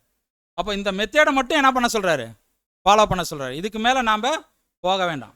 அப்போ கர்த்தர் அளித்திருக்கிற இந்த ஏற்பாடுகளுக்கு இசைவாக இந்த காரியம் உங்களிடத்தில் வந்தால் மட்டும் நாம் அதில் தலையீடு செய்யலாம். இல்லைன்னா நம்ம என்ன பண்ணக்கூடாது, தலையிடாதபடிக்கு ஜாக்கிரதையாக நாம் இருந்துக்கணும் அப்படின்றத சொல்கிறார். அப்போ நாம் அந்நிய காரியங்களை தலையிடுறதுனால என்ன பண்ணிக்கிறோம் அப்படின்னா, நம்மளையும் பாதிக்க பண்ணிக்கிட்டு என்ன பண்ணிடுறோம், மற்றவங்களையும் பாதிப்புக்குள்ளே கொண்டு வந்துடும். உங்களையும் தொந்தரவு படுத்தி கொண்டு மற்றவர்களையும் தொந்தரவுக்கு உள்ளாக்குவீர்கள். அப்போ இந்த மாதிரி காரியங்களில், இந்த மாதிரி விவகாரங்களில் நீங்கள் மூக்க நுழைக்காதீங்க அப்படின்னு சொல்லி அப்படியே டிரான்ஸ்லேஷனில் போட்டுருக்கு. அப்போ நாம் இங்கே பார்க்கும்போது அதை காட்டிலும் நம்ம என்ன பண்ணணும் அப்படின்றாருன்னா, அந்த மாதிரி நடந்துச்சு அப்படின்னா அவங்களுக்காக ஜெபம் பண்ணுங்க, வருத்தப்படுங்க அப்படின்றார். அவங்களுக்காக என்ன பண்ண சொல்கிறாரு, வருத்தப்படுங்க. ஏன்னா தேவனால் கூடாத காரியம் ஏதாவது இருக்கா, ஒன்றுமே இல்லைங்க. நாம் அதனால தான் நம்ம ஞானவானா நினச்சி நம்ம சில முடிவுகள் எடுக்கிறோம். நம்ம வார்த்தைகளை கூட நம்ம என்ன பண்ணணும், லிமிட்டுக்கு மேலே போனால் தேவன் பார்க்குறாருன்னா பயந்துட்டு ஆஃப் ஆயிடணும். நம்மளுக்கு அந்த உணர்ற முடியல நம்ம வேணால் பேசலாம், உணர்ந்துட்டா என்ன பண்ணிடணுங்க, பேசக்கூடாது, வேண்டாம், எனக்கு அந்த வேலையே அங்கே இல்லை அப்படின்றத நாம் முடிவு பண்ணிடணும். அப்போ வருத்தப்படுவது மிகவும் அவசியன்றார். அப்போ அந்த வருத்தப்படுற ஒரு விஷயங்கள் நம்ம வாழ்க்கையில் இருந்துச்சு அப்படின்னா நாம் அழகாக இந்த ரூட்டில் போயிட்டே இருப்போம். இல்லை நாம் மீறி போனோம் அப்படின்னா அடுத்த ஸ்டேஜ். அப்போ தேவனுடைய வேலையெல்லாம் யார் செய்ய ஆரம்பிச்சிருவோம், நாம் செய்ய ஆரம்பிச்சிருவோம். அப்படியே அங்கே சொல்லிகிட்டே வராரு, உங்களால் முடிந்த அளவு புத்தி சொல்லி வசனத்தின்படி அவர்களுக்குள்ளே சரி செய்து கொள்ளும்படி சொல்லுங்க. வசனத்தை தான் வைக்கணும், ரொம்பலாம் என்ன பண்ணிடக்கூடாது, பேசிடக்கூடாது சொல்லிட்டு. முக்கியமாக அவர் என்ன சொல்கிறாருன்னா, அவர்கள் பிரியும்படி எதையும் சொல்லாதபடி நீங்கள் பார்த்து கொள்ள வேண்டும். இதை அண்டர்லைன் பண்ணுறாரு. நாம் ஒரு விஷயத்தை நம்ம பேசுகிறோன்னா நம்ம பேசுறது அவங்களுக்குள்ள பிரிவை கொணாராதபடிக்கு நம்ம ஒவ்வொரு வார்த்தையும் எச்சரிப்பாக பேசணும். அதுதான் நம்ம வேலை. நம்ம போய் தலையீடு பண்ணுறோன்னா அதுதான் வேலை. அதுக்கு மேலே நம்மளுக்கு எந்த வேலையும் இல்லை அப்படின்றத அங்கே கொடுக்குறாரு. அப்போ நாம் தேவனுடைய பிரதிநிதியாக நாம் அங்கே இருக்கிறோமா, அப்போ நாம் எப்படி அங்கே நடந்துக்கணும், தேவனுடைய பிரதிநிதி எப்படி நடப்பாருங்க. ஒருத்தருக்குள்ள பிரச்சனை வந்துருச்சு, இப்போ தேவனுடைய பிரதிநிதி எப்படி நடப்பார், தேவனுடைய வார்த்தை தான் சொல்லுவார். இப்போ நம்ம கர்த்தராகிய இயேசு கிறிஸ்து தேவன் இருக்கிறாரு. அப்போ தேவன்கிட்ட இருந்து வாங்கி அவர் கொடுக்குறாரா, இல்லை அவர் சொந்தமாக கொடுக்குறாரா? பாருங்க, நம்மளுக்கெல்லாம் போதிச்சவரே என்ன பண்ணியிருக்கிறாரு, அவருக்கு பேர் என்னங்க? அவருக்கு பேர் என்ன? இன்னொரு பேர் என்னங்க பரலோகத்தில்? லோகோஸ். லோகோஸ்னா என்னங்க? வார்த்தையானவர். அப்போ லோகோஸ்னா என்னன்னா பாருங்க, ஒரு ராஜா இருக்கிறாரு அரண்மனையில், அவருக்கு முன்னாடி திரைசீலை போடப்பட்டிருக்குது. அப்போ கீழே ஒருத்தர் நின்றுட்டு இருக்கிறாரு. அப்போ வந்துட்டு பார்த்தீங்கன்னா பெரிய அரண்மனை இருக்குது, அங்கே விசாரிப்புக்காக வராங்க. அப்போ இங்கே ராஜா உக்காந்துட்டு அங்கே தூரமாக இருக்கிறவங்ககிட்ட சத்தமாக கேட்க மாட்டார். என்ன பண்ணுவார்னா, யார் அவன் அப்படின்னுவார். அப்போ இங்கே இருக்கிறவர் தான் என்ன பண்ணுவார், யார் அவன் அப்படின்னு கத்துவாருங்க. இந்த வார்த்தையை அப்படியே எடுத்து கொடுக்குறவர் தான் இயேசு. அவனை கொண்டு போய் கூண்டில் அடையுங்கள் அப்படின்ட்டு வந்து இவர் கத்த மாட்டார். அவனை கொண்டு போய் கூண்டில் போட சொல்லு அப்படின்னா இவர் இங்கே இருந்துட்டு என்ன பண்ணுவார், அவனை கொண்டு போய் கூண்டில் அடையுங்கள் கத்துவார். இந்த வேலை தான் யார் செய்கிறாங்க? அப்போ நம்மளுக்கு என்ன வேலை? நம்மளுக்கு சொல்ல போனால் வேலையே இல்லைங்க. நம்ம வசனத்தை வச்சுட்டு போயிட்டே இருக்க வேண்டியது தான். மீறி அவங்க கேட்டாங்கன்னா இந்த வசனம் எப்படி இருக்கு இப்படி தான் நீங்கள் கொஞ்சம் பார்த்து செய்யுங்க. மீறி எல்லாம் யார் பார்த்துக்குவாங்க? தேவன் பார்த்துக்குவாருங்க. அப்போ நம்ம பிரதிநிதியாக இருந்து நாம் அவர்களிடம் பேசும்போது ஒரு சிறிய அளவில் கூட அவர்களை குழப்புகிற எதையும் செய்யக்கூடாதுன்னு சொல்கிறார். அவங்கள ஒரு விதத்துலையும் நம்ம என்ன பண்ணிடக்கூடாதான், அவங்க சமாதானத்துக்கு இடைஞ்சலாக குழப்பிடக்கூடாதான், ரொம்ப ஜாக்கிரதையாக அங்கே பேசணுன்றார்.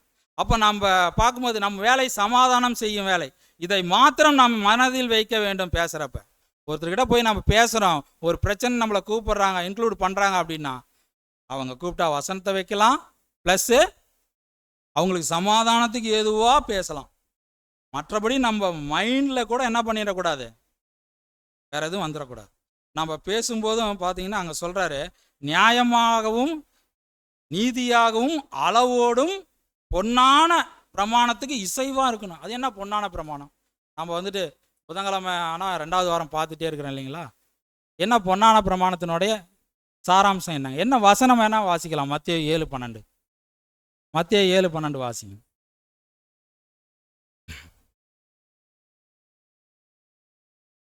ஆதலால் மனுஷர் உங்களுக்கு எவைகளை செய்ய விரும்புகிறீர்களோ அவைகளை நீங்களும் அவர்களுக்கு செய்யுங்கள், இதுவே நியாயப்பிரமாணமும் தீர்க்க தரிசனங்களுமாம். பாருங்க என்ன சொல்லப்படுது. ஆமாங்க, ஒருத்தர் நியாயம் விசாரிக்க போகிறோம், அவங்க கூப்பிடுறாங்க, நம்ம போய் உக்காடுறோம். அங்கே எந்த மனநிலைமையில் நம்ம உட்காரணுங்க? அவங்களுக்கு ஏதாவது பாதிப்பு வந்துருமோ அப்படின்றத எப்படி உணரணும்னா, நாம் எதை விரும்புகிறோமோ, நம்மளுக்கு பாதிக்கப்பட்டால் நாம் என்ன செய்வோமோ அந்த மனநிலைமையோடு அங்கே நாம் போயிட்டு என்ன பண்ணுங்களாம், நாம் செய்யணும். அவங்க போய் நம்ம நியாயம் விசாரிக்கிறோம், நாம் பேச்செல்லாம் நம்ம வந்துட்டு ஸ்ட்ரிக்டாக நம்ம வசனத்தை வச்சு கூட ஸ்ட்ரிக்டாக பேசி நிறையா பேசிட்டுனா என்ன ஆகிடுவோம்? இப்போ நம்ம ரொம்ப ஜாக்கிரதையாக பேசணும். நாம் என்ன விரும்புகிறோமோ அவங்கக்கிட்டையும் அதான் எதிர்பார்ப்பாங்க. நாம் அந்த அளவுக்கு அவங்கக்கிட்ட நாம் என்ன பண்ணணும், பேசணும் அப்படின்றத நம்ம உணரணும். ஏன்னா உலகத்தினுடைய நியாய தீர்ப்பு யார் கையில் இருக்குதுன்னு நம்ம பார்த்தோம்.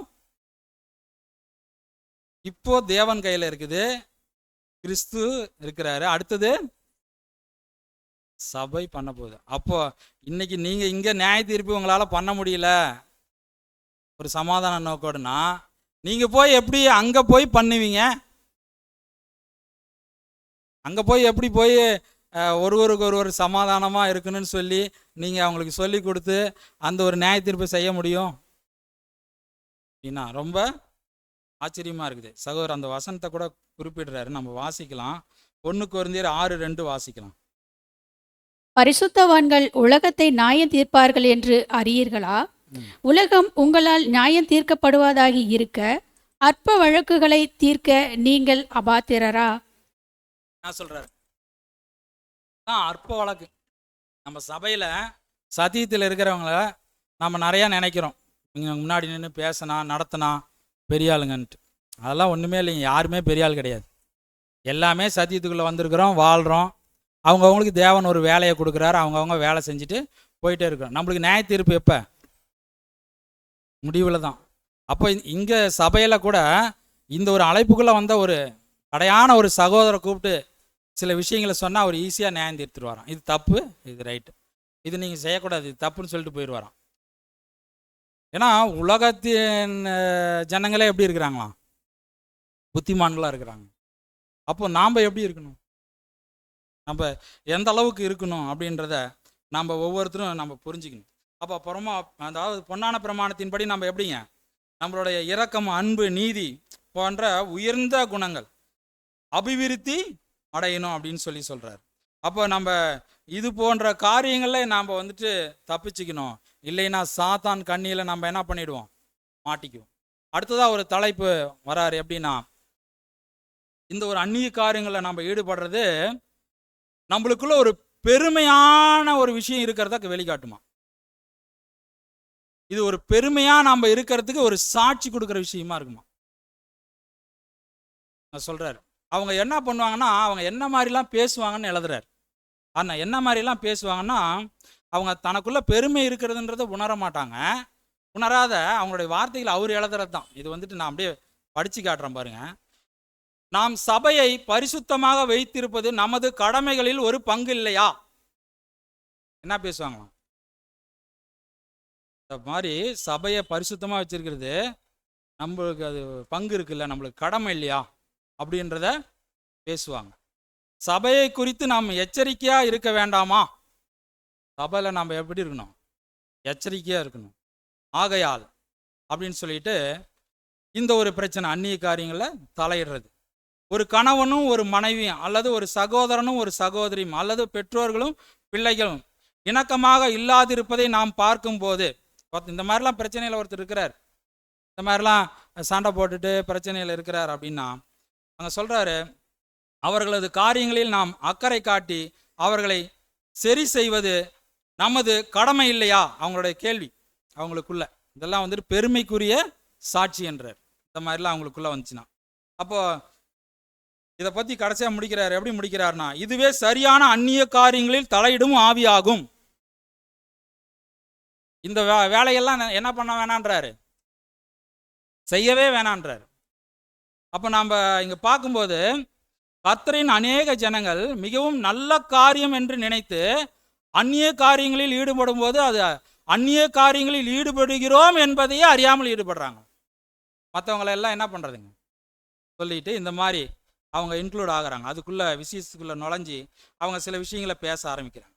அப்போ நாம் இங்கே பார்க்கும்போது அவர் சொல்கிறாரு, இங்கே ஒரு வாக்கியத்தை நாம் சுட்டி காட்டுகிறோம் அப்படின்னு சொல்லிட்டு அண்டர்லைன் பண்ணுறாரு திருப்பியும்.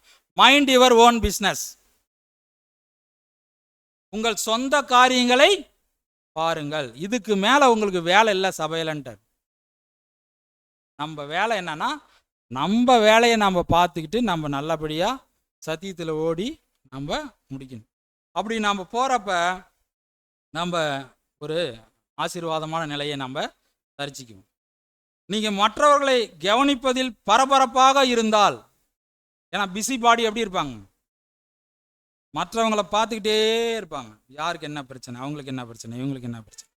இப்போ மூப்பர் கூட பார்த்தீங்கன்னா அதெல்லாம் பார்க்கக்கூடாதுங்க. மூப்பர்கிட்ட வந்து சொன்னால் அதை என்ன பண்ணுவாங்க, அவங்க செய்வாங்க. அப்போ நம்ம பார்க்கும்போது பிஸி பாடிஸ் இந்த மாதிரி இருக்கிறதுனால அங்கே என்ன சொல்கிறாருன்னா, மற்றவர்களை கவனிப்பதில் பரபரப்பாக இருந்தால் சாத்தான் உங்களை பயன்படுத்துவான், சத்ரு உங்களை பிரயோஜனப்படுத்தி கொள்ளுவான் அப்படின்னு சொல்கிறார். அப்போ ஒரு சகோதரன் ஒரு சகோதரி அப்போ நம்ம இந்த மாதிரி விஷயங்களில் இங்கே இருக்கும்போது அவங்கக்கிட்ட நம்ம எந்த அளவுக்கு தான் நம்ம போகணுன்னா, own your mind your own எல்லாம் சொல்லி முடிச்சிடலாங்க. முடிச்சுட்டு நம்ம வேலையை மட்டும் நம்ம பார்க்கலாம் அப்படின்னு சொல்கிறார்.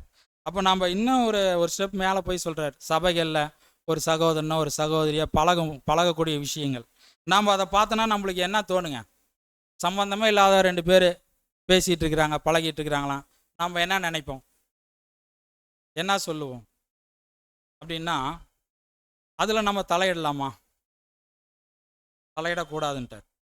நாம் அவங்கள எப்படி பார்க்கலான்னா அவங்க ஒரு விதத்தில் சரியாக இருக்கிறாங்கன்னு சொல்லி நம்ம என்ன பண்ணலாமா, ஒரு நம்பிக்கையில் நம்ம பார்க்கலாமா. எப்பொழுது அந்த ஒரு விஷயம் வெளியே வருதோ, பிரச்சனையாகுதோ, இல்லை அவங்களே வந்து நம்மக்கிட்ட மூவ் பண்ணால் நாம் என்ன பண்ணலான்னா மத்தேயு 18வது அதிகாரத்தில் அந்த 3 வசனம் வாச்சோம் இல்லையா, அதன்படியே அவங்களையும் என்ன பண்ணலாம், நம்ம சபை கொண்டு வரலாம். முதல்ல போயிட்டு அவங்களுக்கு நம்ம புத்தி சொல்லலாம், அடுத்தது 2 பேர் 3 பேர், அடுத்தது சபை கொண்டாந்துட்டு நம்ம கிளியர் பண்ணலாம். அப்போ நம்ம இங்கே பார்க்கும்போது இன்னொரு பாயிண்ட் இதில் வைக்கிறாரு. எப்படின்னா, இப்போ ஒரு துணிகரமான பாவம் கண்டினியூவாக ஒருத்தர் செய்கிறவர் துணிஞ்சி அவர் செய்யும்போது நாம் போயிட்டு, பிரதர் இந்த மாதிரிலாம் பண்ணக்கூடாது. மத்தேயு 18ஆம் அதிகாரத்தின் வழியாக தான் நம்ம போகிறோம். நம்ம தனியாக பேசுகிறோம், அடுத்து 2 பேர் 3 பேர் போய் பேசுகிறோம், அடுத்து சபையிலையும் வைக்கிறோம். நான் இப்படி தான், நான் இது செஞ்சேன், இப்படி தான் நான் இருப்பேன் அப்படின்னு ஒருத்தர் சொன்னான். அவரை என்ன பண்ணலாம்? நான் இப்படியே தான் இருப்பேன், என்னால் மாற்ற முடியாது, நான் இப்படி தான் இருப்பேன், என்ன பண்ணலாங்க?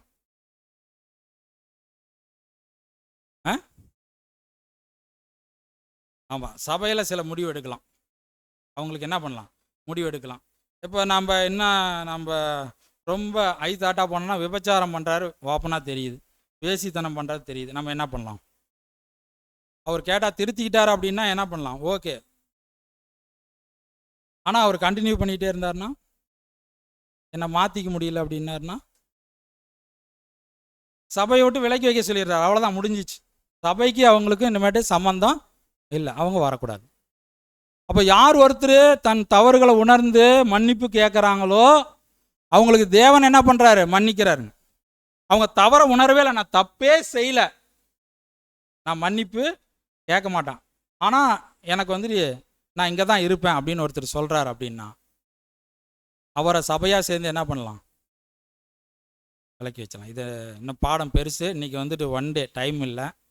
அப்போ இந்த ஒரு விஷயங்கள்லாம் அங்கே சொல்கிறார். அங்கே சொல்லிட்டு சொல்கிறாரு, அவரை சபையிலிருந்து நீக்குவது தான் முடிவாக இருக்க வேண்டும் அப்படின்னு சொல்லி எழுதிட்டு அடுத்தது சொல்கிறாரு, அவர் முழுமையாக சீர்திருந்தும் வரை சபையிலிருந்து விலக்கப்பட வேண்டும்.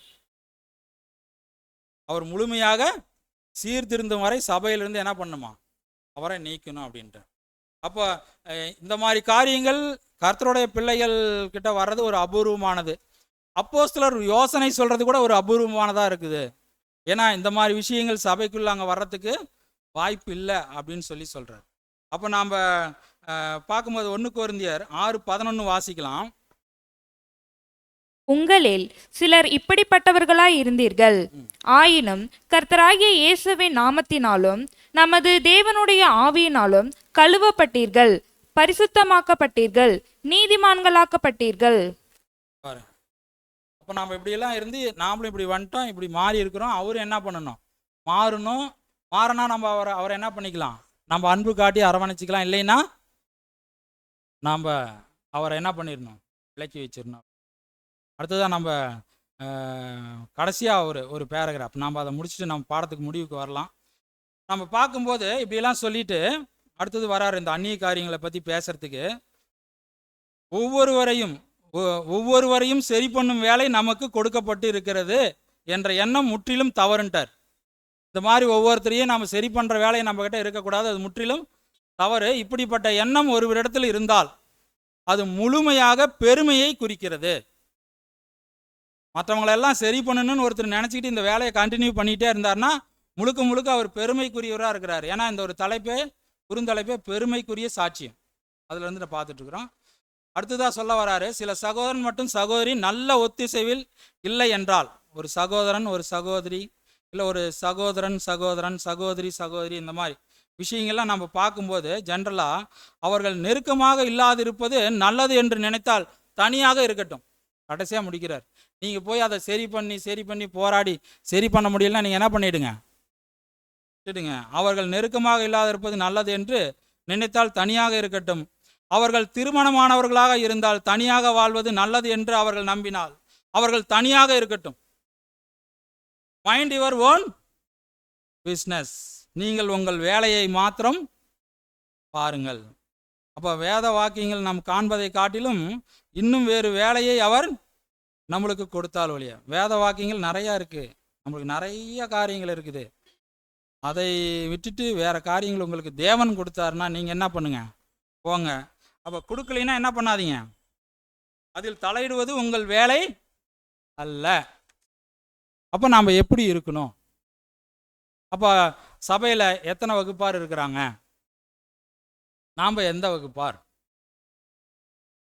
சபையில் எத்தனை வகுப்பார் இருக்கிறாங்க?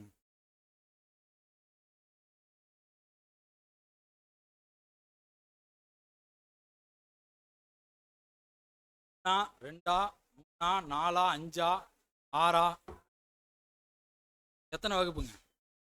4. எப்படி 4னா எப்படின்னு சொல்லுங்க. விரல் கோட்டம், 2ஆம் மரணம், ஆவியினால் ஜெனிப்பிக்கப்படாத நிலைமை. பேப்டிசம் எடுத்தாலும் அவங்களுக்கு பேப்டிசத்தை தேவன் அங்கீகரிக்கிறது இல்லை. அவங்க வந்துட்டு பலியின் ஜீவியத்திலையோ குணலட்சணத்தையோ எந்த வளர்ச்சியும் காட்ட மாட்டாங்க. அவங்க ட்ரையாக இருப்பாங்க. அவங்களுக்கு எதுவுமே தெரியாது. அவங்க சத்தியம் என்னங்க, குழந்தைகள் போல சத்தியம் கேட்டுகிட்டே இருக்கலாம். ஆனால் இம்மியளவு கூட அந்த சத்தியத்தினுடைய வெளிப்பாடு தெரியாது.